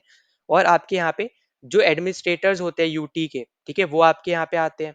इसके अलावा अगर हम बात करें यहाँ पे, तो आपके जैसे आपके हो गए चेयरमैन प्राइम मिनिस्टर, ठीक है, तो एटलीस्ट आपको इतनी चीजें पता होनी चाहिए जो आपके लिए इंपॉर्टेंट है इंटर स्टेट काउंसिल के रिगार्डिंग। ठीक है, और आर्टिकल भी यहाँ पे जरूर नोट डाउन कर लेना। आर्टिकल इसका होता है यहाँ पे 263। ठीक है, तो 263 में आपको यहाँ पे इंटर स्टेट काउंसिल के बारे में आपको यहाँ पे देखने को मिल जाएगा। तो यहाँ पे हमारा राइट आंसर क्या हो जाएगा? राइट आंसर हमारा बी। और ये आपकी एक रिकमेंडेशन करने वाली बॉडी है, ठीक है, रूल वगैरह नहीं बना सकती है, रिकमेंड कर सकती है कि आगे यहाँ पे क्या करना है। ठीक है, रिकमेंड करेगी बस ये, ठीक है, रूल वगैरह डायरेक्ट यहाँ पे कुछ फॉर्म नहीं कर सकती है यहाँ पे, ये याद रखना हमेशा। तो बी ऑप्शन हमारा यहाँ पे करेक्ट आंसर है। नाउ यहाँ पे इस पर्टिकुलर क्वेश्चन में आपको यहाँ पे सीएजी के रिगार्डिंग पूछा जा रहा है। The CAG of India can be remove from office only by. अब देखो यहाँ पे हमेशा याद रखना कि यहाँ पे जब भी रिमूवल की बात होगी ना सीएजी की, मतलब यहाँ पे, तो हमेशा जैसे आप जजेस को रिमूव करते हो ना, जैसे आप हमेशा जजेस को रिमूव करते हो सुप्रीम कोर्ट के जजेस को, उसी सेम ग्राउंड पे आप यहाँ पे सीएजी को रिमूव कर सकते हो और सेम तरीके से रिमूव करते हो। ठीक है, तो ये पॉइंट हमेशा याद रखना कि जिस तरीके से सुप्रीम कोर्ट के जज को रिमूव किया जाता है, उसी तरीके से आप सीएजी को रिमूव करते हो। ठीक है, यहाँ पे चीफ जस्टिस अलग है, ठीक है, यहाँ पे जज की बात कर रहा हूँ मैं। तो जैसे आप चीफ जस्टिस, जैसे आप यहाँ पे जज को रिमूव करते हो, वैसे ही आप यहाँ पे सीएजी को यहाँ पे रिमूव कर सकते हो। ठीक है, याद रखना हमेशा ये चीज। तो यहाँ पे अपना आंसर क्या हो जाएगा यहाँ पे कि इनको यहाँ पे प्रेसिडेंट रिमूव करते हैं, और यहाँ पे बोथ हाउसेज ऑफ पार्लियामेंट में यहाँ पे एड्रेस होना चाहिए, ठीक है, ये इशू। उसके बाद ही आप इनको हटा सकते हो, अपनी मर्जी से यहाँ पे नहीं हटा सकते हो, क्योंकि जैसे कुछ पोजीशन होती है वो यहाँ पे प्रेसिडेंट के ऊपर रहती है। मतलब जैसे मान लो कि कभी पीएम ने बोला कि आप अब इसको हटा दो, जैसे कोई भी पोजीशन पे जो भी इंसान है अब इनको यहाँ पे हटा दो, तो प्रेसिडेंट जैसे यहाँ पे उनको बोलेंगे वैसे वो हट जाएंगे। तो यहाँ पे इस पर्टिकुलर केस में ऐसा नहीं है। सीएजी आपको यहाँ पे कंप्लीट आप बोल सकते हो यहाँ पे अथॉरिटी के साथ यहाँ पे आपको हटाना पड़ेगा, यहाँ पे हाउसेस की हेल्प से आपको हटाना पड़ेगा, जिस तरीके से आप यहाँ पे जज को हटाते हो सुप्रीम कोर्ट के। और यहाँ पे ऐसा क्यों होता है? वो इसलिए होता है, जैसे आपको पता है गवर्नर को हम जैसे बोलते हैं एजेंट ऑफ सेंट्रल गवर्नमेंट या फिर एजेंट ऑफ यूनियन, वैसे ही हम लोग यहाँ पे सीएजी को बोलते हैं एजेंट ऑफ पार्लियामेंट। ठीक है, एजेंट ऑफ पार्लियामेंट। तो यहाँ पे इनका काम क्या होता है? इनका काम होता है यहाँ पे ऑडिट करना। ठीक है, जो भी आपके यहाँ पे गवर्नमेंट की रिपोर्ट्स वगैरह होती है उनको यहाँ पे ये ऑडिट करते हैं। फाइनेंशियल चीजों से रिलेटेड आपका यहाँ पे ये पोस्ट होती है, ये आपको यहाँ पे याद रखना है। दूसरा पॉइंट यहाँ पे याद रखना है कि ये आपकी एक कॉन्स्टिट्यूशनल पोस्ट है, मतलब यहाँ पे इसका मेंशन आपको दिख जाएगा यहाँ पे कॉन्स्टिट्यूशन में। और इसका आर्टिकल हमेशा याद रखना, वो है आपका यहाँ पे 148। ठीक है, तो यहाँ पे अपना राइट आंसर जो आपसे बेसिकली क्वेश्चन में पूछ रखा था, तो उसके रिस्पेक्ट में अपना अपना यहाँ पे राइट आंसर होगा यहाँ पे सी ऑप्शन। प्रेसिडेंट इनको हटाएंगे, पर वो हाउसेज ऑफ पार्लियामेंट जो है यहाँ पे उनके रिस्पेक्ट में, ठीक है, अगर वहां पे दोनों बिल पास हो जाते, बेसिकली यहाँ पे बिल पास हो जाते दोनों हाउसेज में, तभी आप उनको हटा सकते हो, अपनी मर्जी से नहीं हटा सकते हो। ठीक है, तो यहाँ पे राइट आंसर है यहाँ पे सी ऑप्शन। ना अगले क्वेश्चन पे चलते हैं। तो अगले क्वेश्चन जो आपसे यहाँ पे पूछा है, यहाँ पे one of the difficult question यहाँ पे मैं आपसे बोलूंगा। और साथ ही साथ यहाँ पे हमेशा याद रखना, जो आपको यहाँ पे मैं बताने वाला हूँ ये एक तरीके से फैक्ट बेस्ड क्वेश्चन है, जो इसका आंसर होगा वो जरूर यहाँ पे नोट डाउन कर लेना। तो यहाँ पे आपसे क्वेश्चन पूछा जा रहा है, under section 10 of the income tax act which of the following category of people are exempted from the income tax. तो बेसिकली यहाँ पे पूछा जा रहा है यहाँ पे कि अगर हम सेक्शन 10 के रिगार्डिंग बात करते हैं यहाँ पे इनकम टैक्स एक्ट में, जो आपका यहाँ पे 1961 में आया था, तो उसके रिगार्डिंग यहाँ पे कौन से कैटेगरी के लोग आपके एग्जेम्प्ट है, मतलब उनको टैक्स भरना नहीं पड़ता है, इनकम टैक्स नहीं भरना पड़ता है। तो अपना यहाँ पे राइट आंसर होगा यहाँ पे option number D, members of scheduled tribes, जो भी आपके यहाँ पे मणिपुर, मिजोरम, मेघा में आपका यहाँ पे नागालैंड और त्रिपुरा में है वो। ठीक है, तो यहाँ पे इन चारों स्टेट में जो भी आपके यहाँ पे शेड्यूल ट्राइब्स है, उनको यहाँ पे इनकम टैक्स नहीं भरना पड़ता है यहाँ पे under section 10 of income tax act of 1961। तो ये फैक्ट बेस्ड क्वेश्चन है, डायरेक्ट क्वेश्चन है, यहाँ पे हमेशा यहाँ पे याद रखना। और एक चीज जो आपको यहाँ पे याद रखनी है कि जैसे आपको यहाँ पे जैसे पहले भी मैं बता चुका हूँ यहाँ पे कि जब भी हम लोग यहाँ पे बात करते हैं ट्राइबल्स की, ठीक है, तो जब भी हम यहाँ पे बात करेंगे जैसे डिस्ट्रिक्ट काउंसिल की, तो डिस्ट्रिक्ट काउंसिल आप हमेशा बनाते हो यहाँ पे आपका यहाँ पे जो शेड्यूल है 6 उसके थ्रू, ठीक है। तो डिस्ट्रिक्ट काउंसिल आपकी हमेशा बनती है यहाँ पे शेड्यूल 6 के थ्रू, ठीक है। तो ये भी पॉइंट आपको यहाँ पे याद रखना। ये मैंने क्यों बताया, क्योंकि यहाँ पे जो स्टेट्स आपको बेसिकली दे रखी है यहाँ पे, तो इनमें से कुछ स्टेट आपकी ऐसी भी है जो आपके यहाँ पे शेड्यूल 6 में गिवन है, ठीक है। तो ये भी पॉइंट आपको यहाँ पे याद रखना है। तो यहाँ पे जो अपना राइट आंसर है वो है यहाँ पे ऑप्शन नंबर डी, ठीक है। तो इसी के साथ हमने यहाँ पे सारे क्वेश्चन डिस्कस कर लिए जो भी हमारे यहाँ पे 2 सालों में 2014 और 2015 में जो हमसे यहाँ पे पूछे थे। और यहाँ पे आपको क्लियरली दिखा होगा कि क्वेश्चन का लेवल अच्छा खासा है, ठीक है। यहाँ पे बहुत ज्यादा इजी भी नहीं है ना बहुत ज्यादा यहाँ पे मॉडरेट मतलब आप बोल सकते हो हार्ड है, ठीक है। मॉडरेट लेवल के क्वेश्चन है, कुछ कुछ क्वेश्चन बहुत ज्यादा हार्ड है यहाँ पे मैं जरूर बोलूंगा। पर यहाँ पे अगर आपने अभी तक टेलीग्राम चैनल ज्वाइन नहीं किया तो वहाँ पे आप ज्वाइन कर लेना, तो वहाँ पे आपको ये पीडीएफ देखने को मिल जाएगी, ठीक है। तो आप यहाँ पे अगर मान लो अगर आप ये जब भी वीडियो देख रहे हो उसके बाद अगर आपको बाद में कभी रिवीजन करना पड़े तो वीडियो के अलावा आप यहाँ पे पीडीएफ के थ्रू रिवीजन कर सकते हो, अगर आप डायरेक्ट यहाँ पे पीडीएफ डाउनलोड कर लो तो, ठीक है। तो उसके लिए टेलीग्राम चैनल ज्वाइन कर लेना, लिंक मैंने डिस्क्रिप्शन में दे रखा है। और अगर आप यहाँ पे पहली बार आए हो तो प्लीज चैनल को सब्सक्राइब कर देना, वीडियो को लाइक कर देना, वीडियो को जितना ज्यादा हो सकता है उतना ज्यादा शेयर कर देना ताकि ज्यादा से ज्यादा लोगों तक पहुंच पाए। और अगर आपको कोई भी डाउट होता है, कोई सजेशन होता है तो यहाँ पे जरूर कमेंट डाउन कर देना, ठीक है। तो चलो मिलते हैं अगले वीडियो में। जय हिंद।